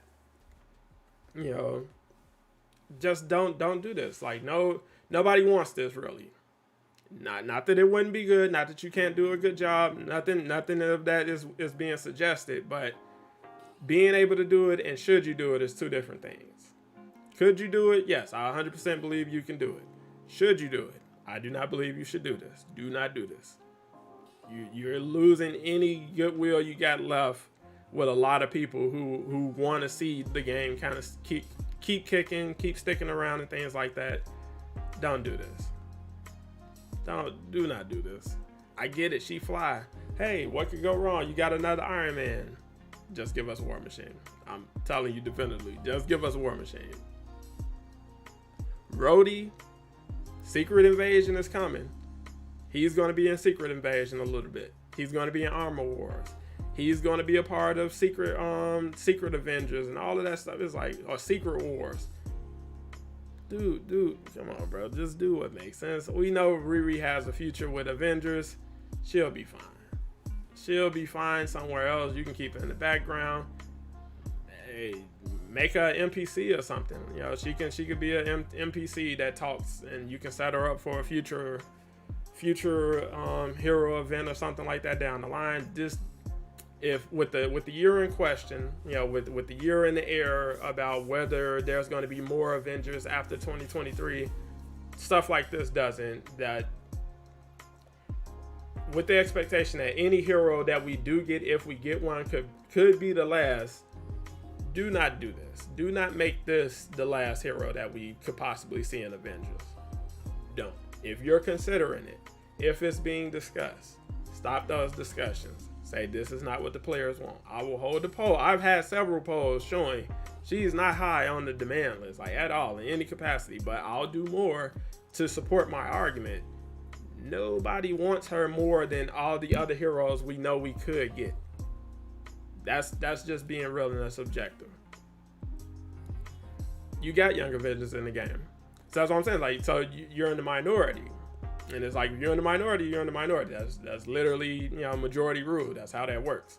So if majority of the people who play this game aren't going to want that, you get what I'm saying? What makes the most sense? Do you piss off the majority in favor of appeasing the minority in a game that's already struggling? No, that makes no sense. That's not business savvy. I want to see the Punisher on here. That'd be dope. I feel like after Bucky I feel like Bucky pretty much scratched all of the itch that you could offer with Punisher. It's like, I don't know what you do different with Punisher that you didn't already do with Bucky, or that Bucky doesn't do better. On top of the fact that the Punisher just thematically he's in a weird spot with Marvel. Like, they're trying to rebrand him and do the samurai stuff with him a little bit, and try to move away from some of the problematic elements of his character in today's society. But it's like, just off of his history with the Avengers, like, they don't work with him really. That's not somebody you invite with open arms and stuff like that. It's like, yes, he's a hero or anti-hero or whatever. What's up, Comic Geek? But yeah, Elijah, you got to go to work. All right, man, have a good shift, man. Don't let them stress you. Hopefully it goes smooth for you, man. Appreciate you coming through, and don't let the grind get you down, man. I feel like they need to add Falcon. You need resources. I feel like they need to add Falcon, but before we get to Falcon, I feel like you need to do something to change the perception of your game. You need to change your business model. What's up, Comic? What did you miss? Just been having a discussion about why Riri Williams shouldn't be the next hero coming to Avengers, and why you shouldn't see the same shipment skins coming to the shipment for the month every time, or not. We shouldn't see that anymore in 2023. Clearly, we're getting it in January, but beyond that, I don't feel like that's something we should see going forward. I don't feel like we should. You can do this somewhere else. That's what I was saying, that you can put this in. You can give this away for free in the marketplace. You can give it away in the vendors or sell it in the vendors. You can make it a skin that's available as with the general skins that are in the shipment. So like the top brass set and the glacier set, you can just throw this down there with those where you have a chance to roll it. But make it a guarantee roll, maybe on the 50th roll or something like that. I don't know. Don't make this the chase skin. Don't make this the primary skin in the shipments, because that negatively affects the players who already have it, and now they don't have a reason to go into the shipments, which they need a reason to go in there, because that's the best place to gather resources. That's the fastest way to get resources to upgrade your gear. Because running around doing votes and opening chests and stuff, one, you're not getting the same return you used to, and two, that stuff takes way longer than simply opening 100 boxes in the shipments. And it's like, you should want to go into the shipments. You should have reason to go into the shipments. And if I, as a veteran, I already had this. I got this day one, and this is like their 5th time bringing this back. Stop doing it. Stop doing it. You don't have to put this in the shipments. You can put this somewhere else. We saw you put it somewhere else because you put it in the marketplace in the bundles after saying you wouldn't do that. You can do this, bro. What's good, NBA Dreams? No real news, man. Just a conversation. I know you've heard the rumors about Ironheart and Shuri and Captain Marvel and She-Hulk being rumored as unannounced heroes for the game, and I'm just simply saying, if we're considering it at this point in time, stop considering it right now. Stop the press. Do not bring Riri Williams to this game, especially at the expense of other heroes like War Machine and She-Hulk or Captain Marvel, because it's like, I wish going into 2023 the plan was to have work done on Ant-Man, So when Brian was saying he was doing design work for the next 2 heroes, I wish that included Ant-Man. I wish there were genuine plans to bring Ant-Man to the game, if not War Machine. I wish he was working on War Machine as the first hero for 2023. I don't know what the hell is going on. It doesn't sound like good things are going on. It doesn't sound like much work is being done to do something new and interesting with heroes or villains or content. If I get wind of it, I'll be the first to share it with you guys. But right now, it doesn't sound like. It sounds like we did everything we could to get Bucky out the door, and we are very happy to get to the holiday break. And we're gonna come back and have to figure some stuff out for 2023. Like we're gonna do more small reworks and upgrades and stuff like that, and tweaks and changes. But as far as like actual content, as far as like actual like new content, new heroes, new villains, new missions, stuff like that, it doesn't sound like any real planning has been done on that front outside of continuing to work on patrol mode and seeing updated work done for Ultron and the data mining. That's patrol mode seems to be the only thing that's consistently being rumored to be worked on for 2023. That was supposed to be that big push for 2023. Like that's going to allegedly come in patch 3.0. Hopefully it does. Hopefully it reignites a lot of hype. I wish that if they do that, it goes free to play. So with the introduction of Join in Progress, we roll out free to play Marvel's Avengers with a restructured marketplace, with a restructured business model that sells actual content to take advantage of the newer players who would be eager to play this stuff and would be willing to buy it after experiencing the campaign and experiencing the heroes and multiplayer and stuff like that. Give your game a future. Give your game a chance. Like, give this game an actual chance. Until you actually try to sell stuff, you haven't given this game a chance. You haven't given this game a chance to have an actual future. Because when you start getting money, when you start seeing a return on your investments, that opens the door for more investing. That opens the door for bigger investments, because now we have a spectrum to go from to gauge in terms of what we can do, what we can get, what we can garner. So if we invest this amount, we can project to get this much in return, because the skins, I'm telling you, man,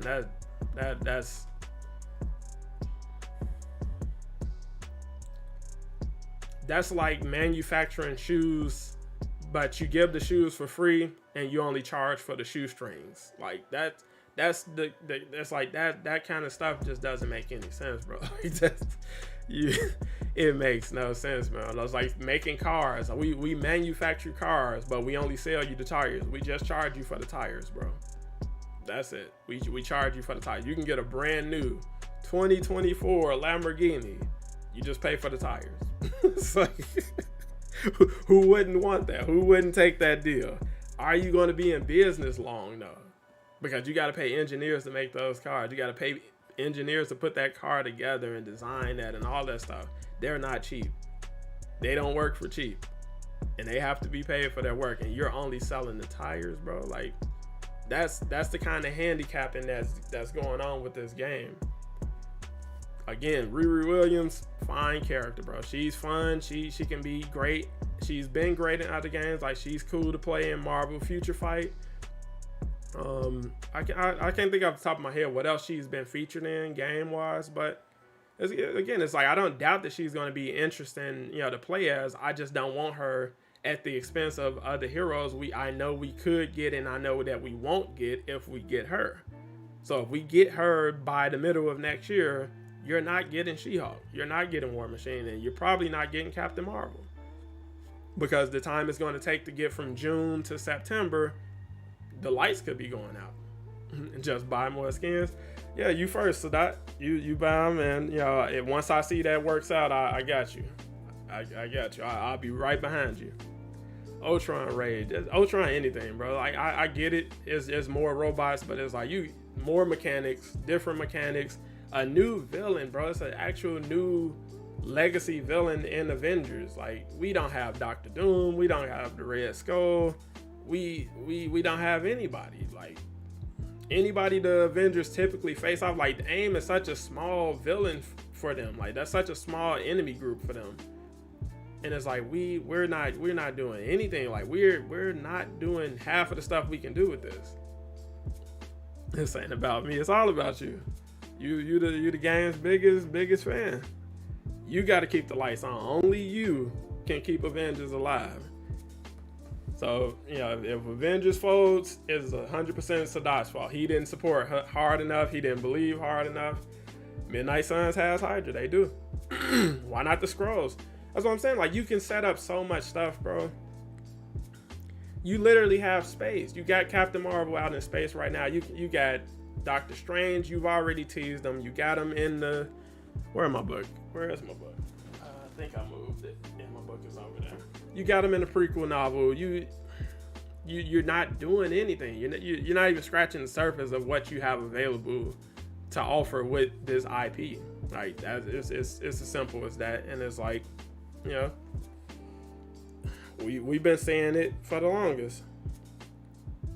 We've been saying that, you know, for over a year at this point, for 2 years at this point, and people have been hoping to see more, to get more done. So, like, the idea of Yelena taking over the Red Room and stuff like that. You can repurpose Black Widow mechanics and attacks and design to just make Yelena. You already got a blonde wig for Black Widow. It's like, you can make Yelena and just, that's a boss. That's a villain you can fight. You fight her one-on-one in the Red Room. So when you get to the 5th level of the Red Room, here come Yelena. Here's Yelena with some mercenaries using Black Widow attacks. They literally do the same stuff. You don't have to do anything very different with her. It's literally that simple. Like, hey, you can take Iron Man and just make that enemies. So you know, some Ultron takes over Iron Man's suits. You know, he takes over Iron Man's Iron Legion, and you have Iron Man skins in the game fighting against the Avengers. They do what Iron Man does. They shoot repulsors, they shoot lasers, they shoot rockets. You get what I'm saying? It's just Iron Man, but it's an enemy that's in the game using assets that's already there. John Walker, the U.S. agent, you know, he's a villain. And you get what I'm saying? Like, you're taking what's already there to just make something new to fight. That's it. That's all. We don't need them to be Echoes. We don't need John Walker, Captain America Echo. We can fight against him. I would prefer him as a villain. Red Hulk. We don't need Red Hulk as a playable character per se. I would take him, but make him a villain. So the Hulk, take that design, make him red. Some of his mechanics, take some of the fire adaptoid mechanics. There you go. You got the Red Hulk. If you want to give him a gun, give him a gun. He's been known to shoot a gun. You get what I'm saying? It's like, let's do what's already there. You got Dr. Doom. You got robots, Doom bots. You get what I'm saying? There's a few new mechanics, few tweaks and changes, and it's like, there you go. We got all these different things and people to fight. In Avengers, playing with the same things that we already got. We're using the same sandbox. We're not doing anything groundbreaking and new. Like, these people aren't coming in with groundbreaking mechanics. Dr. Doom, you would need to introduce a few new things to a degree, you know, because it's like, Dr. Doom is a Omega level threat. Like, that dude got magic, he got technology, and people want to see that. So it's like Dr. Doom as a threat that's introduced with Doctor Strange or something like that. That would be huge. Dr. Doom is upsetting the natural balance of, you know, reality because he's trying to do something that you have to stop. Oh, a fun hero package. The Fantastic Four. You get what I'm saying? Outsource the Fantastic Four. Let's get them in the game. You already got Kamala. Thing is the Hulk. Human Torch is the fire adaptoid and Iron Man mixed together. You already got Invisible Woman mechanics in the game. Use what you got to introduce something that would be a ton of fun that you can sell. You can sell that. Doctor Doom, Doctor Strange, Fantastic Four package. it sells itself. That's what makes it funny, because it's so easy. Like, this is just brainstorm off the top of my head. Like, this is literally just falling off the wall. And it's like, I know it's more complex to actually develop a timeline to introduce stuff like that. Find people who you can trust to outsource this stuff to. You could have been doing that this year if you thought about it, if you put the time and effort into it. These are the ideas you should be using and focusing on and working towards bringing to reality. So that's a great idea. How can we make that a reality? What do we need to do? Who's a good studio we can work with? We got Eidos Montreal in our back pocket. They're just sitting there. They're working on other stuff too, but it's like they help bring this game. They're familiar with the engine. Let's team up with Eidos Montreal again. Let's make some things happen with Eidos Montreal. Captain Marvel, you're bringing more cosmic enemies, more cosmic threat. You got the Kree, you got the Shi'ar, you got the Skrull. Hey, Guardians of the Galaxy, we need your help. A Guardians of the Galaxy expansion that you can sell. People pay for. We didn't get a chance to play with the other Guardians in the Guardians of the Galaxy game. In Avengers, you can play with the other Guardians. You can play with Rocket and Groot. They're a combo character. You get what I'm saying? They're combined into one character. So for ranged, you use Groot's attack. Rocket's attacks, and for melee, you use Groot. And a combination of their attacks for the ultimates and stuff like that. That's just off the top of my head. Drax. Again, melee. You get what I'm saying? It's like, you hate to see it, man. You really do. Yeah. If they, like, I don't doubt that if like AJ had the freedom to bring a lot of ideas that he has and a lot of ideas that the community has, like if he had the resources and the backing and the development team and the help and everything, like we can get a ton of stuff with this game, bro. Like a ton. They're motivated. Like it's tough, man. It's really tough to see something like it's right there, bro. It's like it's right in front of you. It's right there. It's right there. I feel like I'm watching Velma look for her glasses from Scooby-Doo. Glasses right there. Oh, I can't find my glasses. Like, bro, it's right there. It's right there. Yeah, everybody seems to get what to do with the Marvel IP. It's like I don't know. It's like I don't know, man. Because it's like Midnight Suns. You don't need the Avengers and Midnight Suns. Like you're focusing on like mystical and magical characters and stuff like that. Like Captain America and Iron Man and the Hulk, they're not magical, mystical characters, but they're in there because they would be fun to play as. They thought of fun things they can do with those characters design wise, and they like, hey, let's get the Avengers in this game because they're popular. They work. Marvel heroes team up all the time, literally, and it's like, let's capitalize on that. Let's double down on that. We got Blade. We have one of the best versions of Blade in Marvel media. Like we have a full fleshed out characterization of Blade in Midnight Suns that you haven't gotten anywhere else. You're seeing sides of Blade's personality that you just don't see in the movies. You haven't seen in other games. You haven't seen in TV or anything like that. Like you are getting a side of Blade that nobody else offers. And it's like, that's what gaming should do. That's what Marvel should focus on.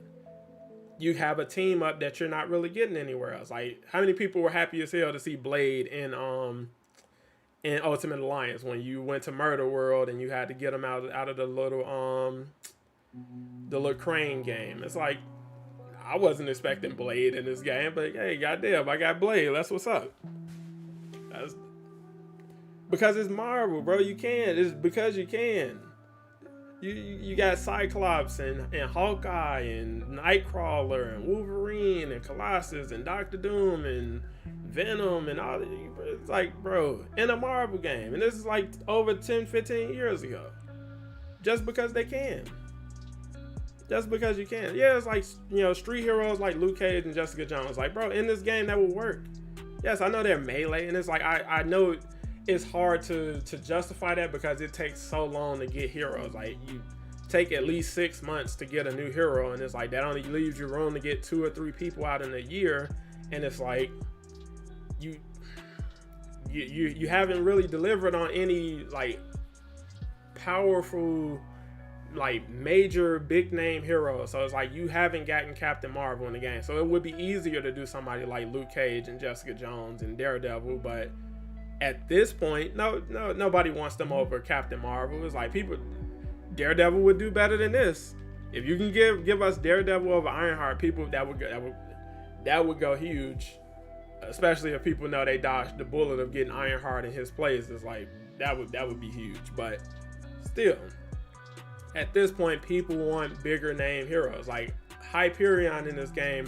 Like the second you introduce Tachyon Rifts, he would have been on the table for me, because it's like, one, this is a way to introduce, like, we can make him wholly our own. So, you know, in most media, he's not typically shown to be a hero. He's an anti-hero. He's a villain in some cases.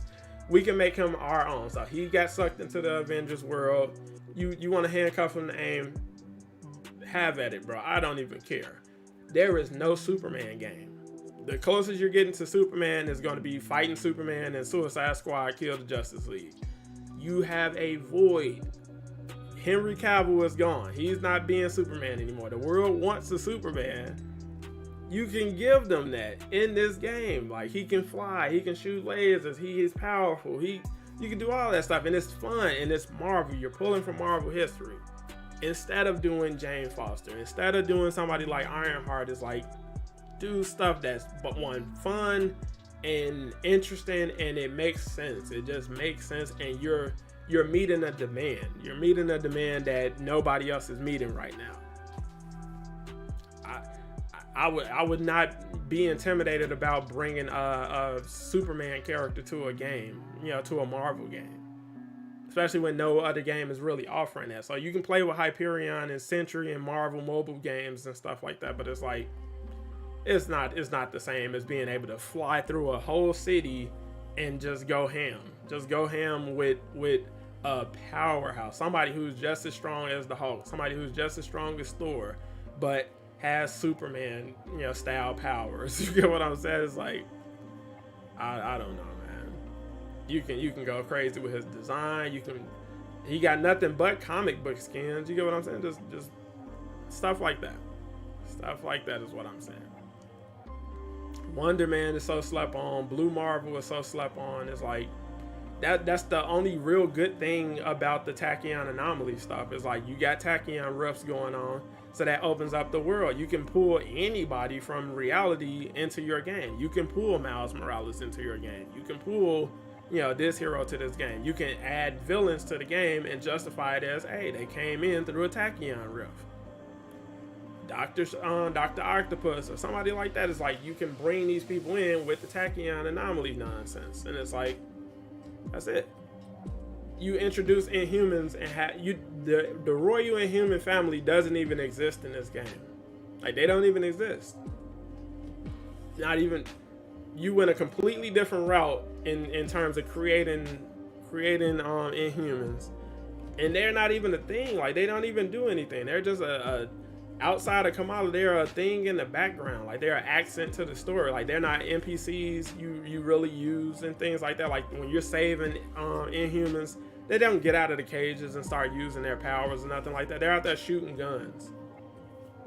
It's like, bro, like, what are we doing? What was the point of that? Why did we focus so heavily on the Inhumans when you have actual Inhumans?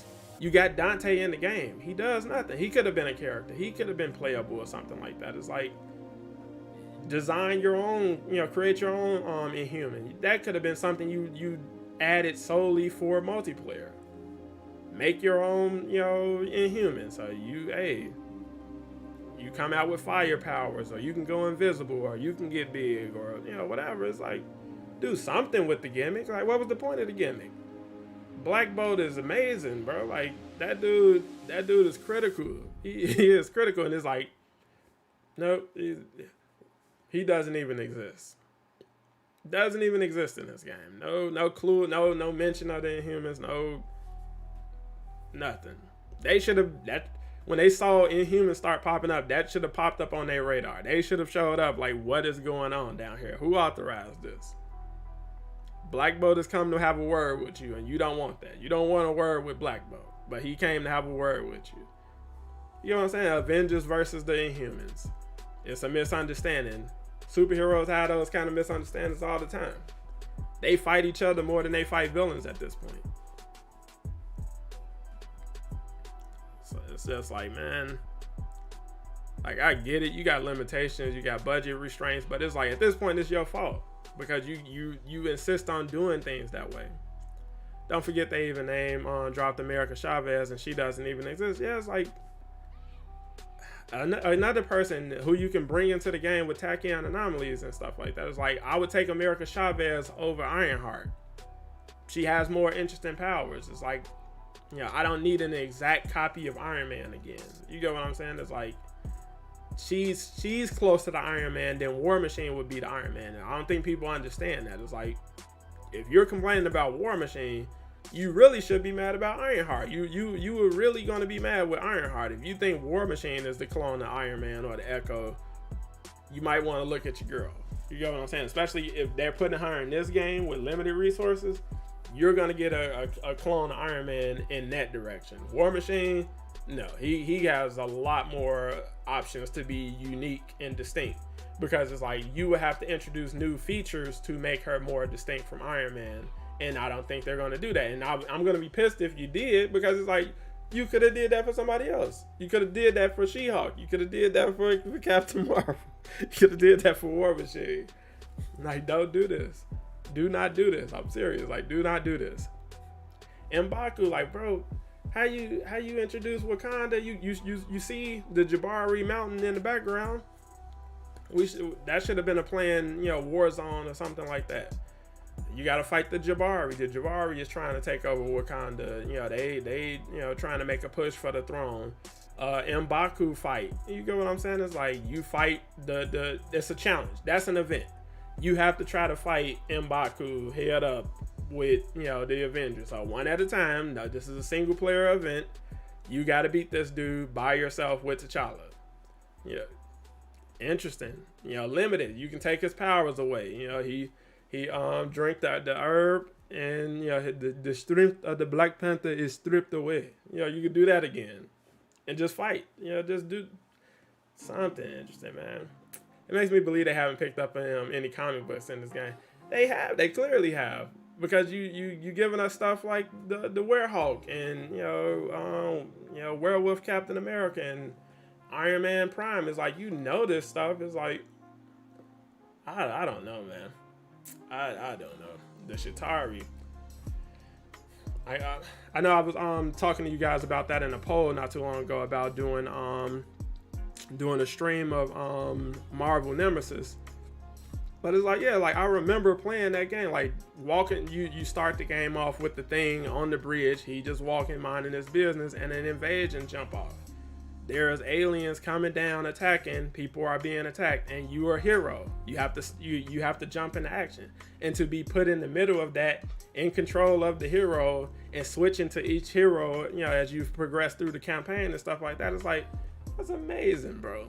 That is amazing. Do that with Avengers. So the Kree invasion. Hey, the Avengers, they're not all on the helicarrier standing around the war table with their hands on their hips. Oh, the Kree is doing it. No, put them out in the wild. So Thor, you out with your construction shirt and your cargo pants. You went to the store. You and Kamala went to get smoothies or something like that. There's an explosion. What's going on? It's the Kree. You see a giant Kree warship coming into view. There you go. You get what I'm saying? Thor, suit up, and this is go time. And you could do that because you can sell it. You can justify doing that. You can justify putting elaborate cutscenes and stuff into that because you're paying for it. These people have to pay for that. So you had to pay $20 for that expansion. Hey, the helicarrier is being attacked. Hey, the only person on the helicarrier is the Hulk at the time. So you have to do your thing with the Hulk. Fighting Kree sentry, or not Kree sentries, but Kree, you know, Kree enemies, Kree soldiers and things like that. Have at it. Like I said, it's ideas are dirt cheap, bro. It's nothing to come up with ideas. It's like, I don't know what's going on behind the scenes with this game. I don't know what's been going on. Like, it just doesn't seem like there's a lot of motivation to do different, to do better, to do what makes sense. It just, I don't know. There's no way this image is real. Yeah, so this is concept art from the movie. From what's that? I swear that movie should have been named War for Wakanda, but Wakanda Forever. I'll meet you back here in 2024 when this game is living. You'll meet me here. I can't guarantee this game will be living, but if it is, hey, cheers. Like I said, I'm not praying for the game downfall or anything like that, but I am realistic. So it's like, no, I haven't heard anything that contradicts what Miller's prediction is, and I know his it's not him just making up a theory, or he's not just like contextualizing things. He is being told this specifically. He's being told this is the plan, in the same sense that he was told we're bringing Bucky as the next hero. We're bringing Jane Foster as the next hero.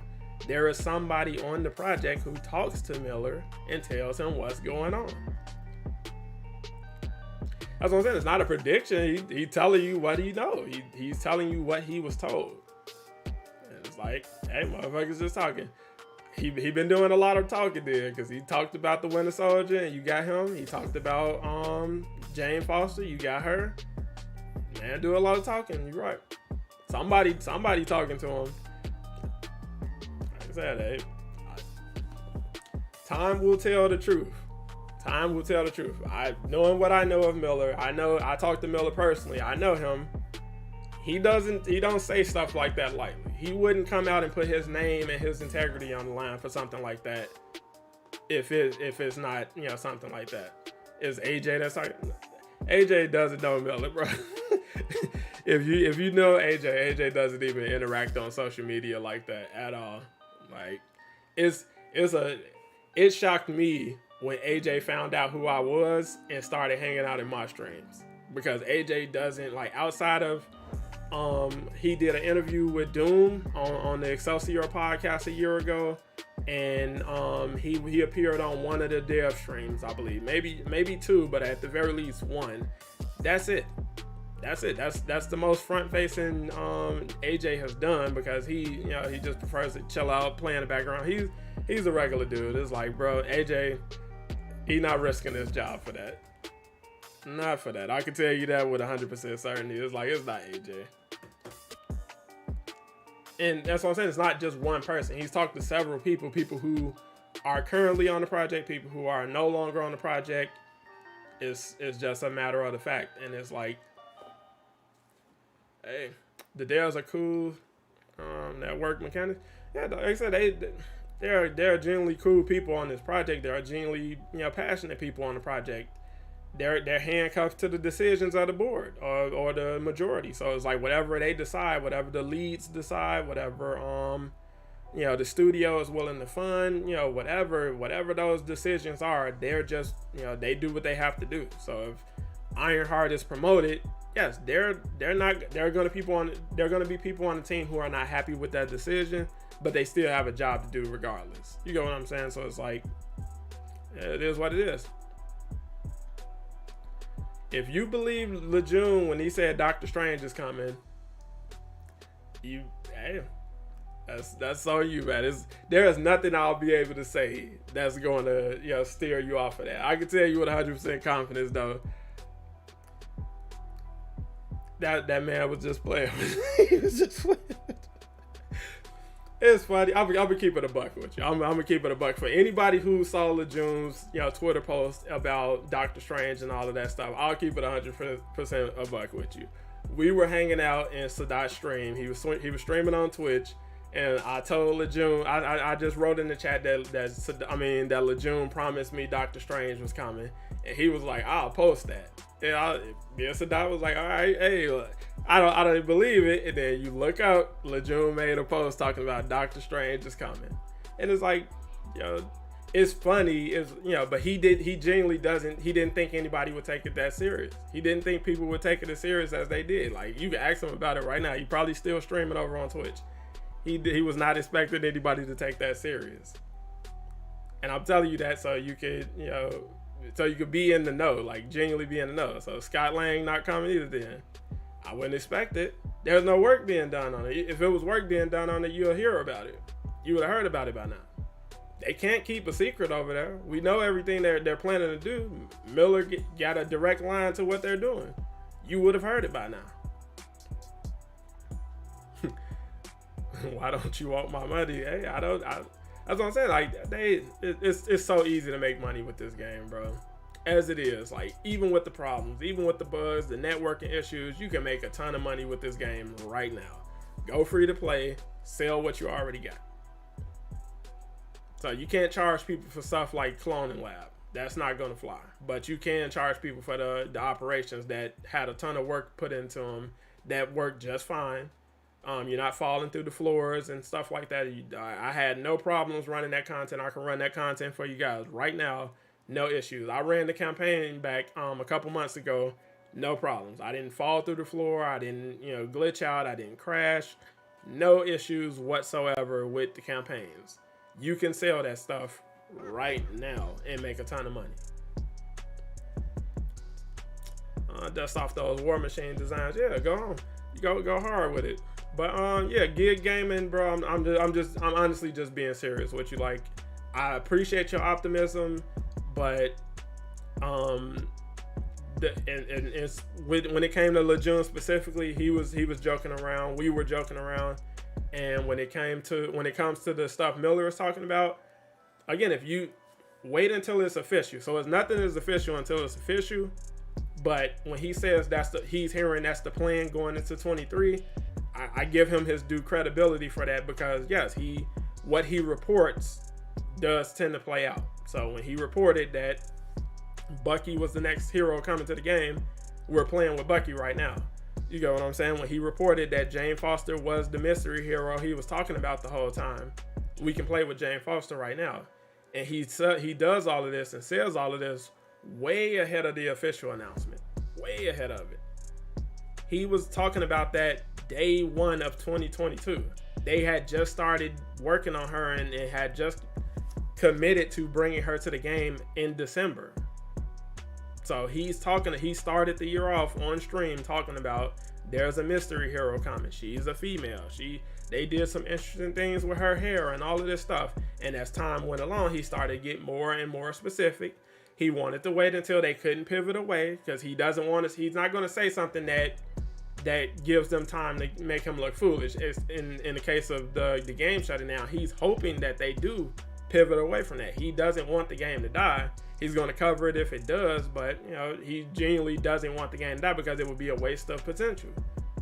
Everybody says that. Everybody believes this game has a ton of potential that's not being tapped into at all. Like, not even close. But it's like, if you believe Doctor Strange is coming, if you believe Scott Lang is coming, you can believe whoever you want is coming. If that's what you believe, that's what you believe. I can't, like I said, there's nothing I can say that's going to change your mind on that. It's like you're locked into that belief, and time will tell the truth. So either you're going to get them or you're not going to get them. And that's how you feel about that. That's on you. She has interesting hair. Yeah. But yeah, it's like the start of this year, bro, brainstorming about and speculating about who the character he was talking about could have been. That was so fun. Ton of fun. Like, people were like, oh, it's Doc Samson. It could be Medusa. It could be this person. It could be that person. Just off that one clue, they have interesting hair. Ton of fun. The year started off great. Nobody expected the year to end where it is, coming into it the way that it did. What's up, Perk Monkey? What's happening? We're just having a conversation. So if you've been around for the past few weeks, you've heard the rumor, or you more than likely came across the rumor that there are 4 unannounced heroes like Shuri, Ironheart, Captain Marvel, and She-Hulk, who are planned to come to the game. And if you've been following my channel, I told you guys, like, them being mentioned in dialogue, I feel like that was just the development team covering their bases while they had the actress on hand. But I don't think there was any genuine intention to bring heroes like Ironheart or Shuri to the game. But in the event that they do decide to go that way, because it's very possible that they have the resources to make a Shuri and Ironheart. I don't believe they have any intention of making Shuri, and if they did make Ironheart, it would be at the detriment of the game, and it would come at the expense of heroes like War Machine and She-Hulk. What's up, Lejeune? Bro, I'm trying to get you off the hook with that Doctor Strange bit, man. I'm telling you, people are locked into that. Like, people genuinely believe Doctor Strange is coming to the game. I'm telling them, like, I literally was joking with you in Sadai's stream, and you were like, hey, man, I'll make that a post because you didn't think people would believe it. And here we are. People are telling themselves that Doctor Strange is coming because Lejeune said it. Holy.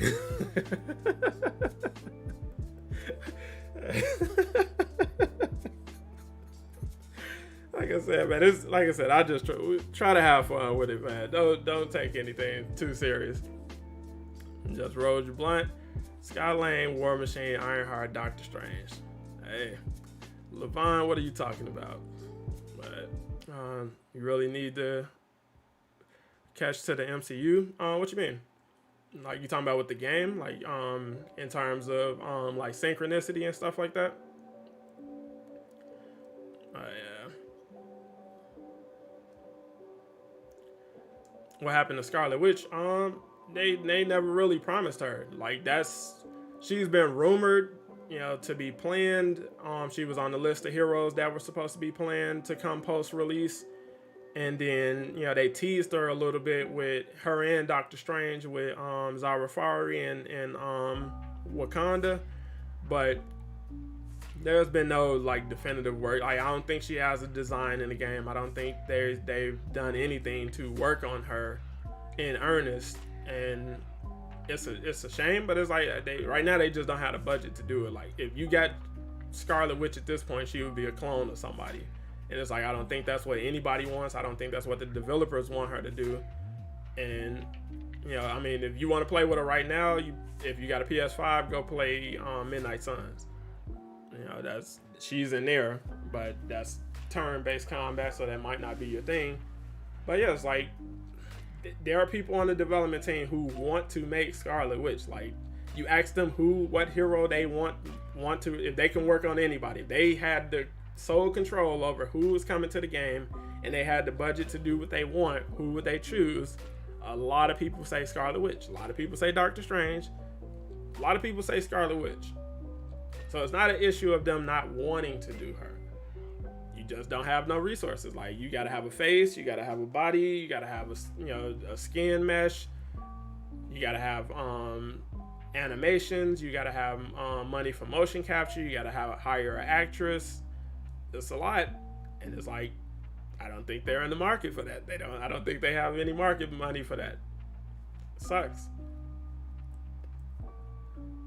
I feel like something they can definitely do going forward, scale down when it comes to the voice actors. Like, the writing for this game has fell off a cliff. It's like, you're not pumping out the same quality of narrative that you were a year or two ago. So it's like, you don't have to aim for the fences with well-known, big name voice actors or anything like that. It's like, go for budget actors. Like, they're not giving a major performance. Like, these people are, using in-game cutscenes, jerking around and stuff like that. It's like, it's really not that deep. So just use the budget that you have, make sense of the budget that you have. So it's like, if we're gonna have to try to retain this person, hey, we can keep this person for like $100 a session. You get what I'm saying? That's a lot more feasible than paying some of these other rates for more accomplished, more seasoned voice actors and things like that.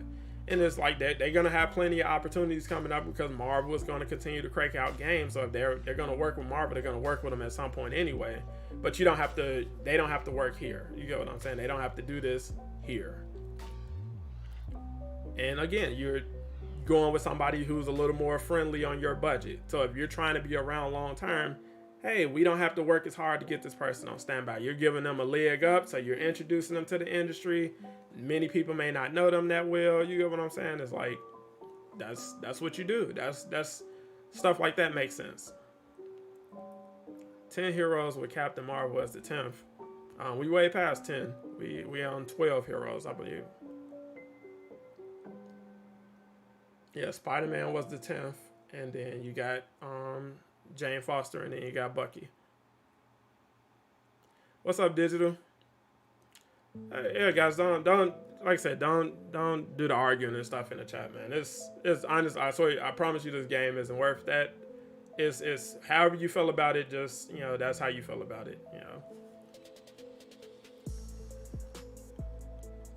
Like I said, it's no point.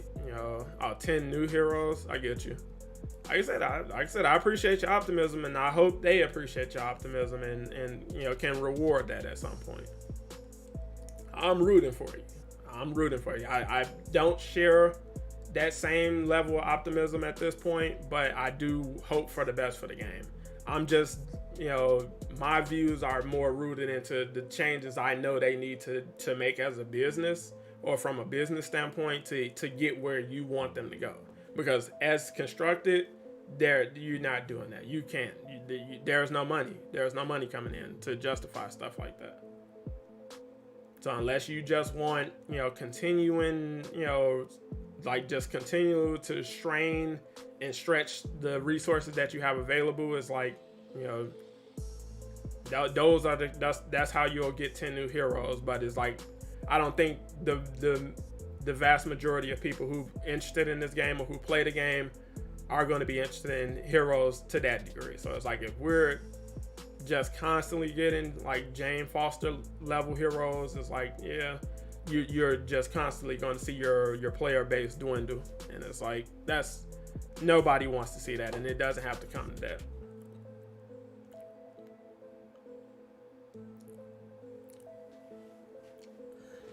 Fell in the second page, but it's like, yeah, like, again, this game, you're gonna have to make some design changes. Like, your main screen only has some, you got a room, like, everybody gonna come in kneeling down, everybody gonna fly and stick to the cylinders. Like, you're at capacity. It's like, we're doing a lot with what we already have. So it's like, your main your hero roster screen, you're gonna have to make some changes, and to change the UI design, that's expensive. That's probably one of the most expensive things they have going against them with this game.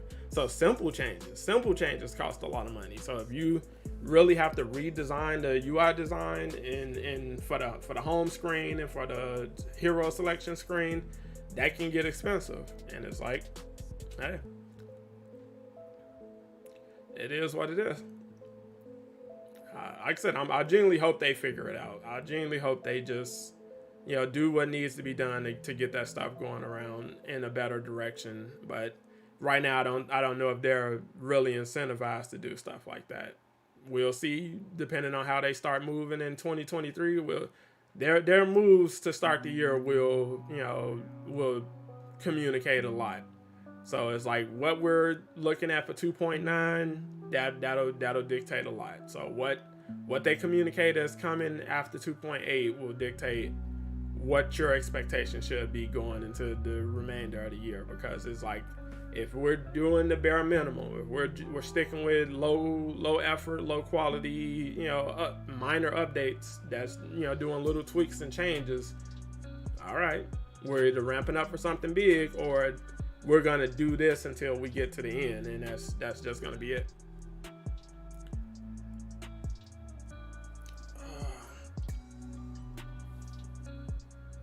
Yeah, if they intentionally, I don't doubt they, only had a finite amount of heroes in the game. I've heard that, personally, like, they really didn't intend, like, people working on a project weren't expecting to be still doing this a year or two later. And it's like, that sounds crazy, given that it's a live service game, but it's like, I don't think it was really communicated to them what was going to be going on with them in terms of how they were going to be used on this project, and in terms of what they actually wanted to do with this project. So we worked on Black Panther, we working on Spider-Man. Everything after that is like, you just kind of winging it, which is why this year looked the way it did.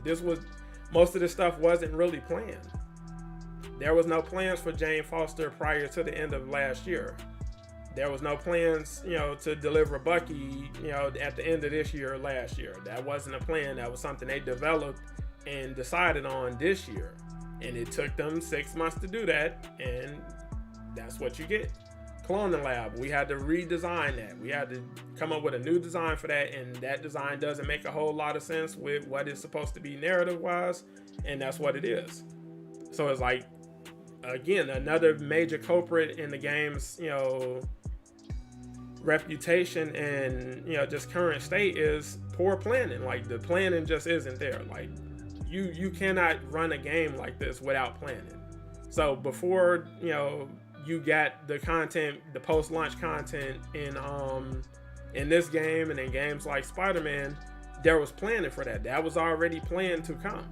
So you can throw together a skin, short notice. So, hey, Spider-Man No Way Home is coming out at the end of this year. We want to have a tie-in skin. Cool. There's nothing to green like that. There's nothing to get that, processed and in there. You get the resources you need from Marvel. So you got the designs and all of that stuff, and you can slap that together and be done with that. But to do a full-fledged new campaign with dialogue and scenes and all of this stuff, you got to plan for that stuff. You can't slap that together in a couple months. You got to plan for that, which is why Cloning Lab came out unpolished, and the stuff you were getting prior to that, like War for Wakanda, like that, those cutscenes are immaculate. The difference is night and day. You can tell when they started winging it versus what they actually planned for. This is why you were able to see Black Panther back in March of last year, even though he wasn't coming to the game until August. And that's why you weren't able to see Bucky until he actually was ready to come to the game. They gave you a shaded out image that had him in shadow, that you're not going to see his design because we're not confident in his design. We probably didn't even have anything ready to show at that point because we're winging it. We're literally flying by the seat of our pants. And it's like, I see it. I can recognize that. It's like they're not even in a position to deny that because it's like, look, the quality of your work says it. The quality of the work you're putting out says everything. I didn't even bother with Cloning Lab. They need to stop making these 4-player mandatory.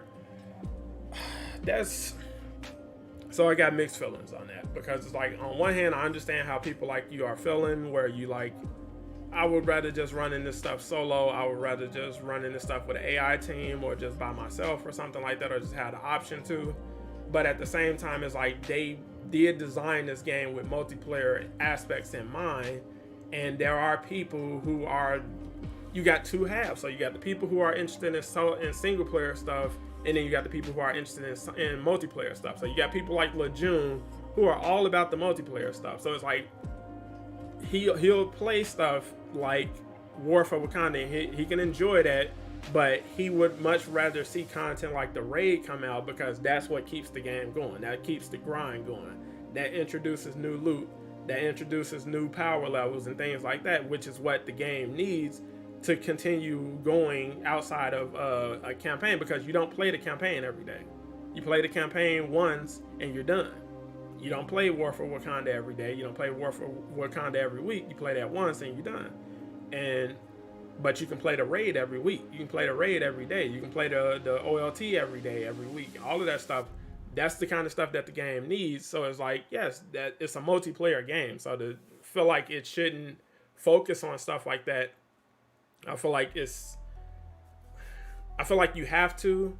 And I also feel like there's a way to still incorporate single player stuff. So it's like, if you're a single player, you really shouldn't be interested in Cloning Lab and the raid and stuff like that, because there's nothing you need to do that requires you to be a higher level. So it's like, Cloning Lab, you don't need to do that as a single player. You don't need to do the Super Adaptoid fight as a single player. So if you want to fight MODOK, you can go in the campaign. If you want to fight the Super Adaptoid, you can play Kate Bishop's campaign.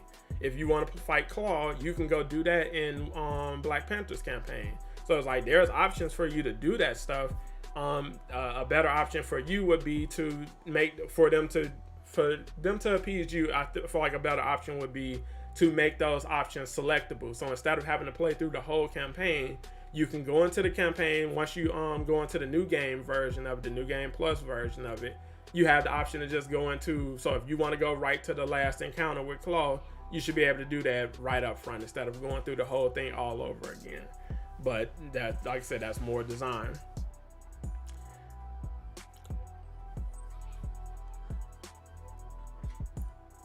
Yeah, and I can see that, Dr. Shane. I get it. I'm just saying, objectively, most people, they don't. They admit that. They'll tell you, like, they played the campaign, they want a new campaign, they play it, and then they put the game down because they're not interested in Cloning Lab, they're not interested in the multiplayer content and all of that stuff, and they just keep it going. So it's like, yes, if they had the option to just go in and play a specific story encounter without having to play through it all again just to show off a new skin or something like that, people would do that, and that's an option that they should be given. But again, at this point, I think it would probably take a lot of work and resources that they just don't have to kind of deliver on that kind of stuff. But it's like, serve both audiences. I feel like you can still take advantage of the single player and the multiplayer while, you know, giving them the benefit of both. So it's like, when you want to fight the Super Adaptoid, you can just go select that mission from Kate Bishop's campaign. And if you want to fight the Super Adaptoid to get higher level gear in multiplayer, now you play the OLT.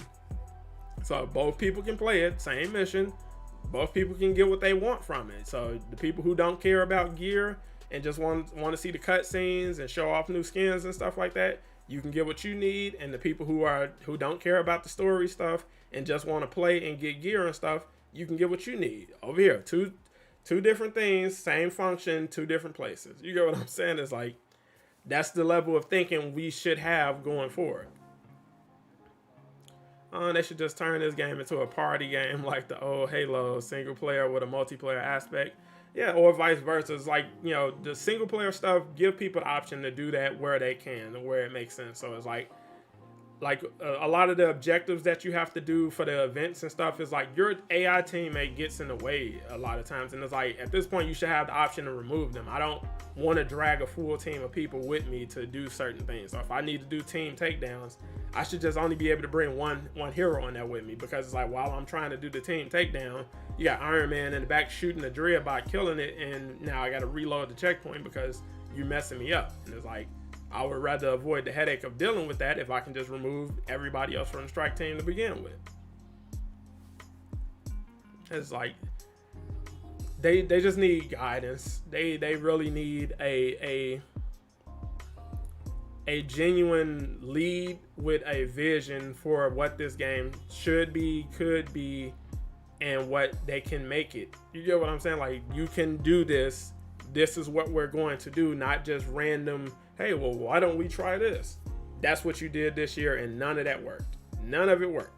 None of it you worked out. Whoever was in charge of those decisions, maybe you need to, like I said, you don't have another year. You don't have a year to give people bright ideas. Like, you have to go in with what works. Like, you have to execute what you know is going to work. Like, we can't experiment anymore. This isn't a year where you experiment with new stuff.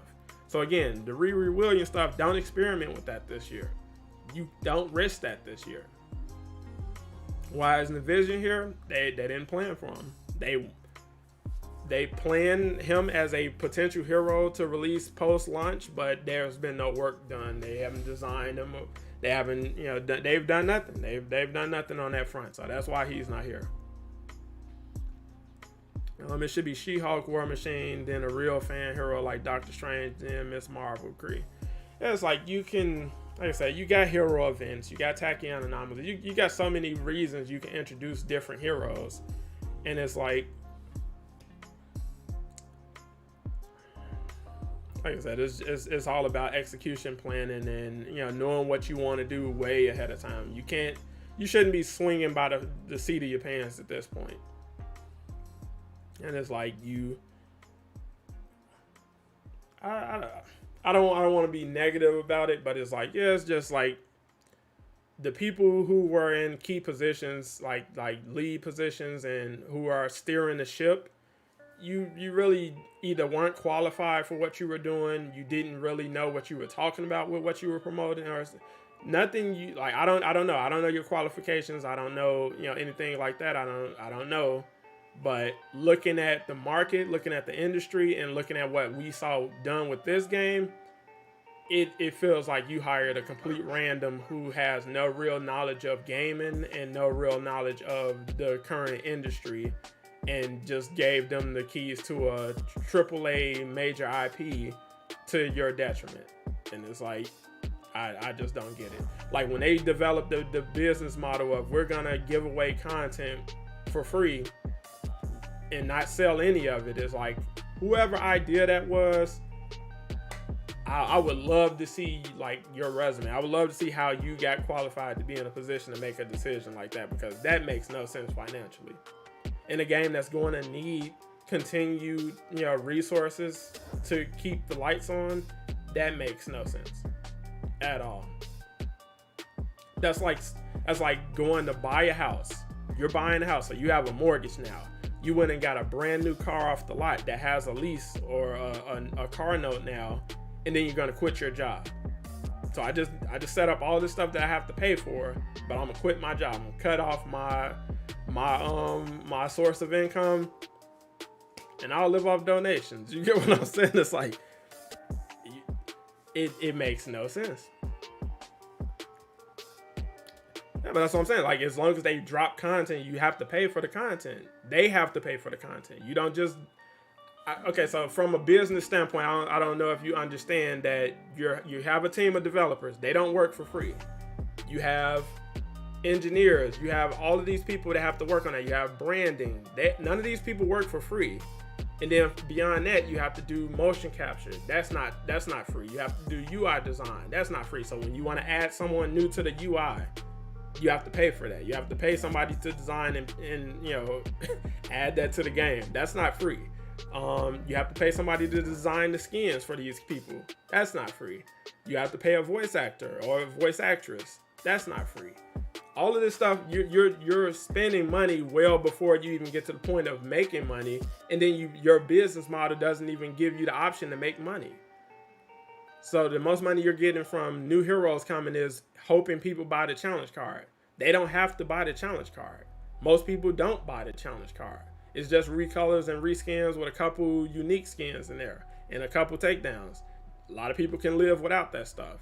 So again, you're getting a completely new hero for free. Right, that's the problem. You're still here playing for free. That's not good. That's not good for the future of the game. It costs us nothing to stay here. That's why people who hate the game still here, because it doesn't cost them anything. It literally doesn't cost them anything to stay here. That's not good for the game. That's what I'm saying. Like, as somebody outside the game objectively telling you this isn't good for the game long term, you can't keep doing this. You can't. This is why you didn't get anything new this year. You got repurposed stuff because they don't have any money for anything new. They'll tell you this. They will share this. They don't have anything. They don't have the resources to do anything new. It just isn't there. We would love to do Doctor Strange. We would love to do this. Why haven't they? Why isn't Loki in the game?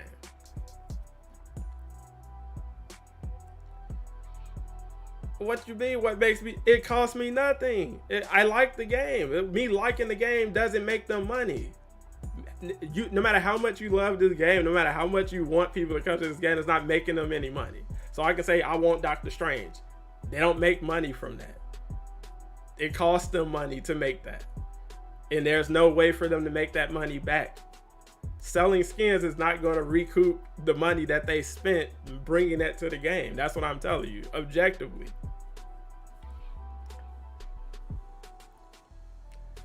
Like I said, if you want things to keep rolling as they are, have at it, bro. Like, I'm not taking that away from you. You and the haters, y'all all in the same boat. You getting more content for free at the detriment of the game, which is why they're in a position where, hey, this may be wrapping up, because it doesn't make any sense.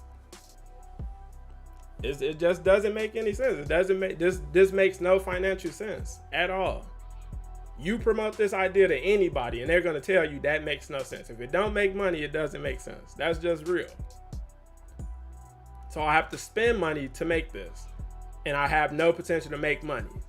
I have no potential to make any real money back on the game. all right, that's you're not going to get far with that. Nobody's going to take that business proposal seriously because it just makes no sense. Hanging around the game doesn't make them money. I can play everything in this game right now for free. Avengers! Aaron Middleton with the sub. Thank you for becoming an Avenger. I can open up a new account. I can create a new account on PlayStation, play this game for free. I can play all the campaigns. I can play all the heroes for free. I don't have to engage with the marketplace. I don't have to buy challenge cards or anything. I can get the full experience for free. That's bad. That doesn't make any sense. That's not good for the long-term health of the game. If you want the game to succeed, you should want them to make money because that's how the lights stay on. That's what allows them to make the heroes you want to see. So those 10 heroes you want to see in the future, if they're making money, then they're in a position to get that. But like I said, you don't take. There's nothing I can say that's gonna change your opinion anyway. I accept that reality.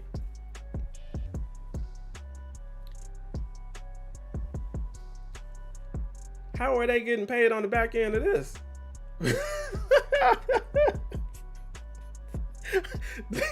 Bro, they not making a dime off of this. I promise you they not. I'm not changing nobody's mind about this game. Like, I'm not helping sales. I'm not promoting anything. I'm telling you something not to do because it's gonna hurt your game in the long term. But all right. If you think they're making money from somebody who's not, I'm not even in a program. I'm not even a creator for this game. I'm not helping them. I'm not doing anything for them with this. My views come to me. My views don't help them. That's not how this works. That's not how this works, man. I'm serious, man. Like that's not how this works. I'm not sponsored by Marvel. I'm not sponsored by Square Enix. I'm not sponsored by Embracer Group, Crystal Dynamics. I have no affiliation to them. So any money made from this video, that's not for them. That doesn't help your game.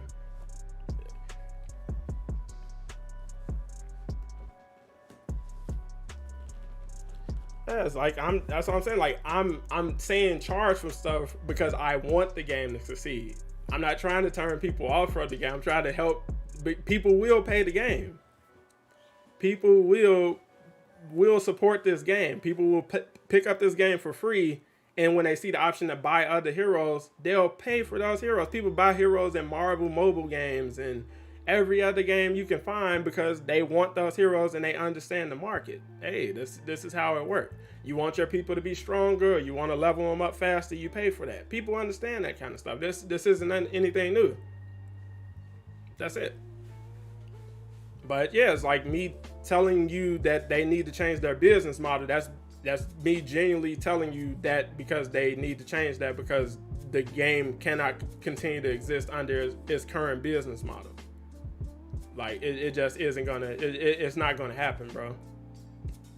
It really just isn't gonna happen, bro. Like you cannot keep something this taxing and draining going without making any return investment. I mean any return on revenue. Like you're not seeing any profit coming from this. If they shared the money they make from skins and showed you the numbers that the figures that it takes to bring just the Winter Soldier, like the figures that it costs to make that a thing, to bring the Winter Soldier and Cloning Lab side by side to this game. And what they made in skins, I promise you that it didn't even put a dent in it. It didn't even put a dent in it, bro. I'm telling you, it's not gonna help them. But I mean, like I said, it's you know, we all free to land where we land on it. It's as long as they're around, you know, I'm gonna be here every week. I appreciate you coming through as always. I promise you, I hope that they do something different. I really hope that they just do something different so that you can get the things that you want. Because right now, that the way they're doing things makes no sense from a business standpoint. And they tell you this stuff comes at their own detriment. Their promise of selling or not selling content is coming at their detriment. Like AJ was in the chat telling you that. Like, yeah, they stand by their promise, but it's not benefiting them. It doesn't help them. That promise is hurting them. But they're still doing it. They still give away free MCU skins. in a game that's your only source of money, is to make money from selling skins, and you're giving that away. You're giving prime real estate away for free. That shows you how unimportant it is. That shows you, that alone, the fact that you can get an MCU skin in the marketplace, in the shipment, for free, for just in-game units. The fact that they've given several MCU skins away for free shows you it just ain't that deep. What's up, Captain? It really just isn't that deep. What's up, Gunman? Appreciate you coming through. They need to put on She-Hulk. They need to put a lot of stuff in place, man. They need to do a lot, and I hope they stick around to do so. I genuinely do. But on that note, man, I gotta wrap up. I gotta do some stuff. If you're around, damn, I wasn't even planning to go this long. Hanging out with you guys as always. It's like I said, it's always a good time, man. But I'll try to be around. I'll make a post letting you guys know when we're gonna hang out in Discord tonight, and just run some raids and stuff like that. So if you need raids and stuff done, I'll let you guys know when I'm around over there, so we can hang out over there and get that stuff done. So if you are on PSN and you want to play together and you need help getting content done and stuff like that, I got you covered. I also got other channels over there. So if you're on Xbox, if you're on PC and you need help finding people to play with, I got you covered on that as well. So I'll let you guys know, man. But appreciate you guys hanging out as always. Developers, if you come through and catch this on the back end, or if you hung out in chat and didn't speak, do not do this. Do not do Riri Williams. Do not do this. For the people that want to keep the game going, hey, keep voicing that. Keep letting them know you're here till the wheels fall off and all of that stuff. Hopefully they can do right by us all by the end of it. Appreciate you guys as always, man. I will catch you in the next one. Peace.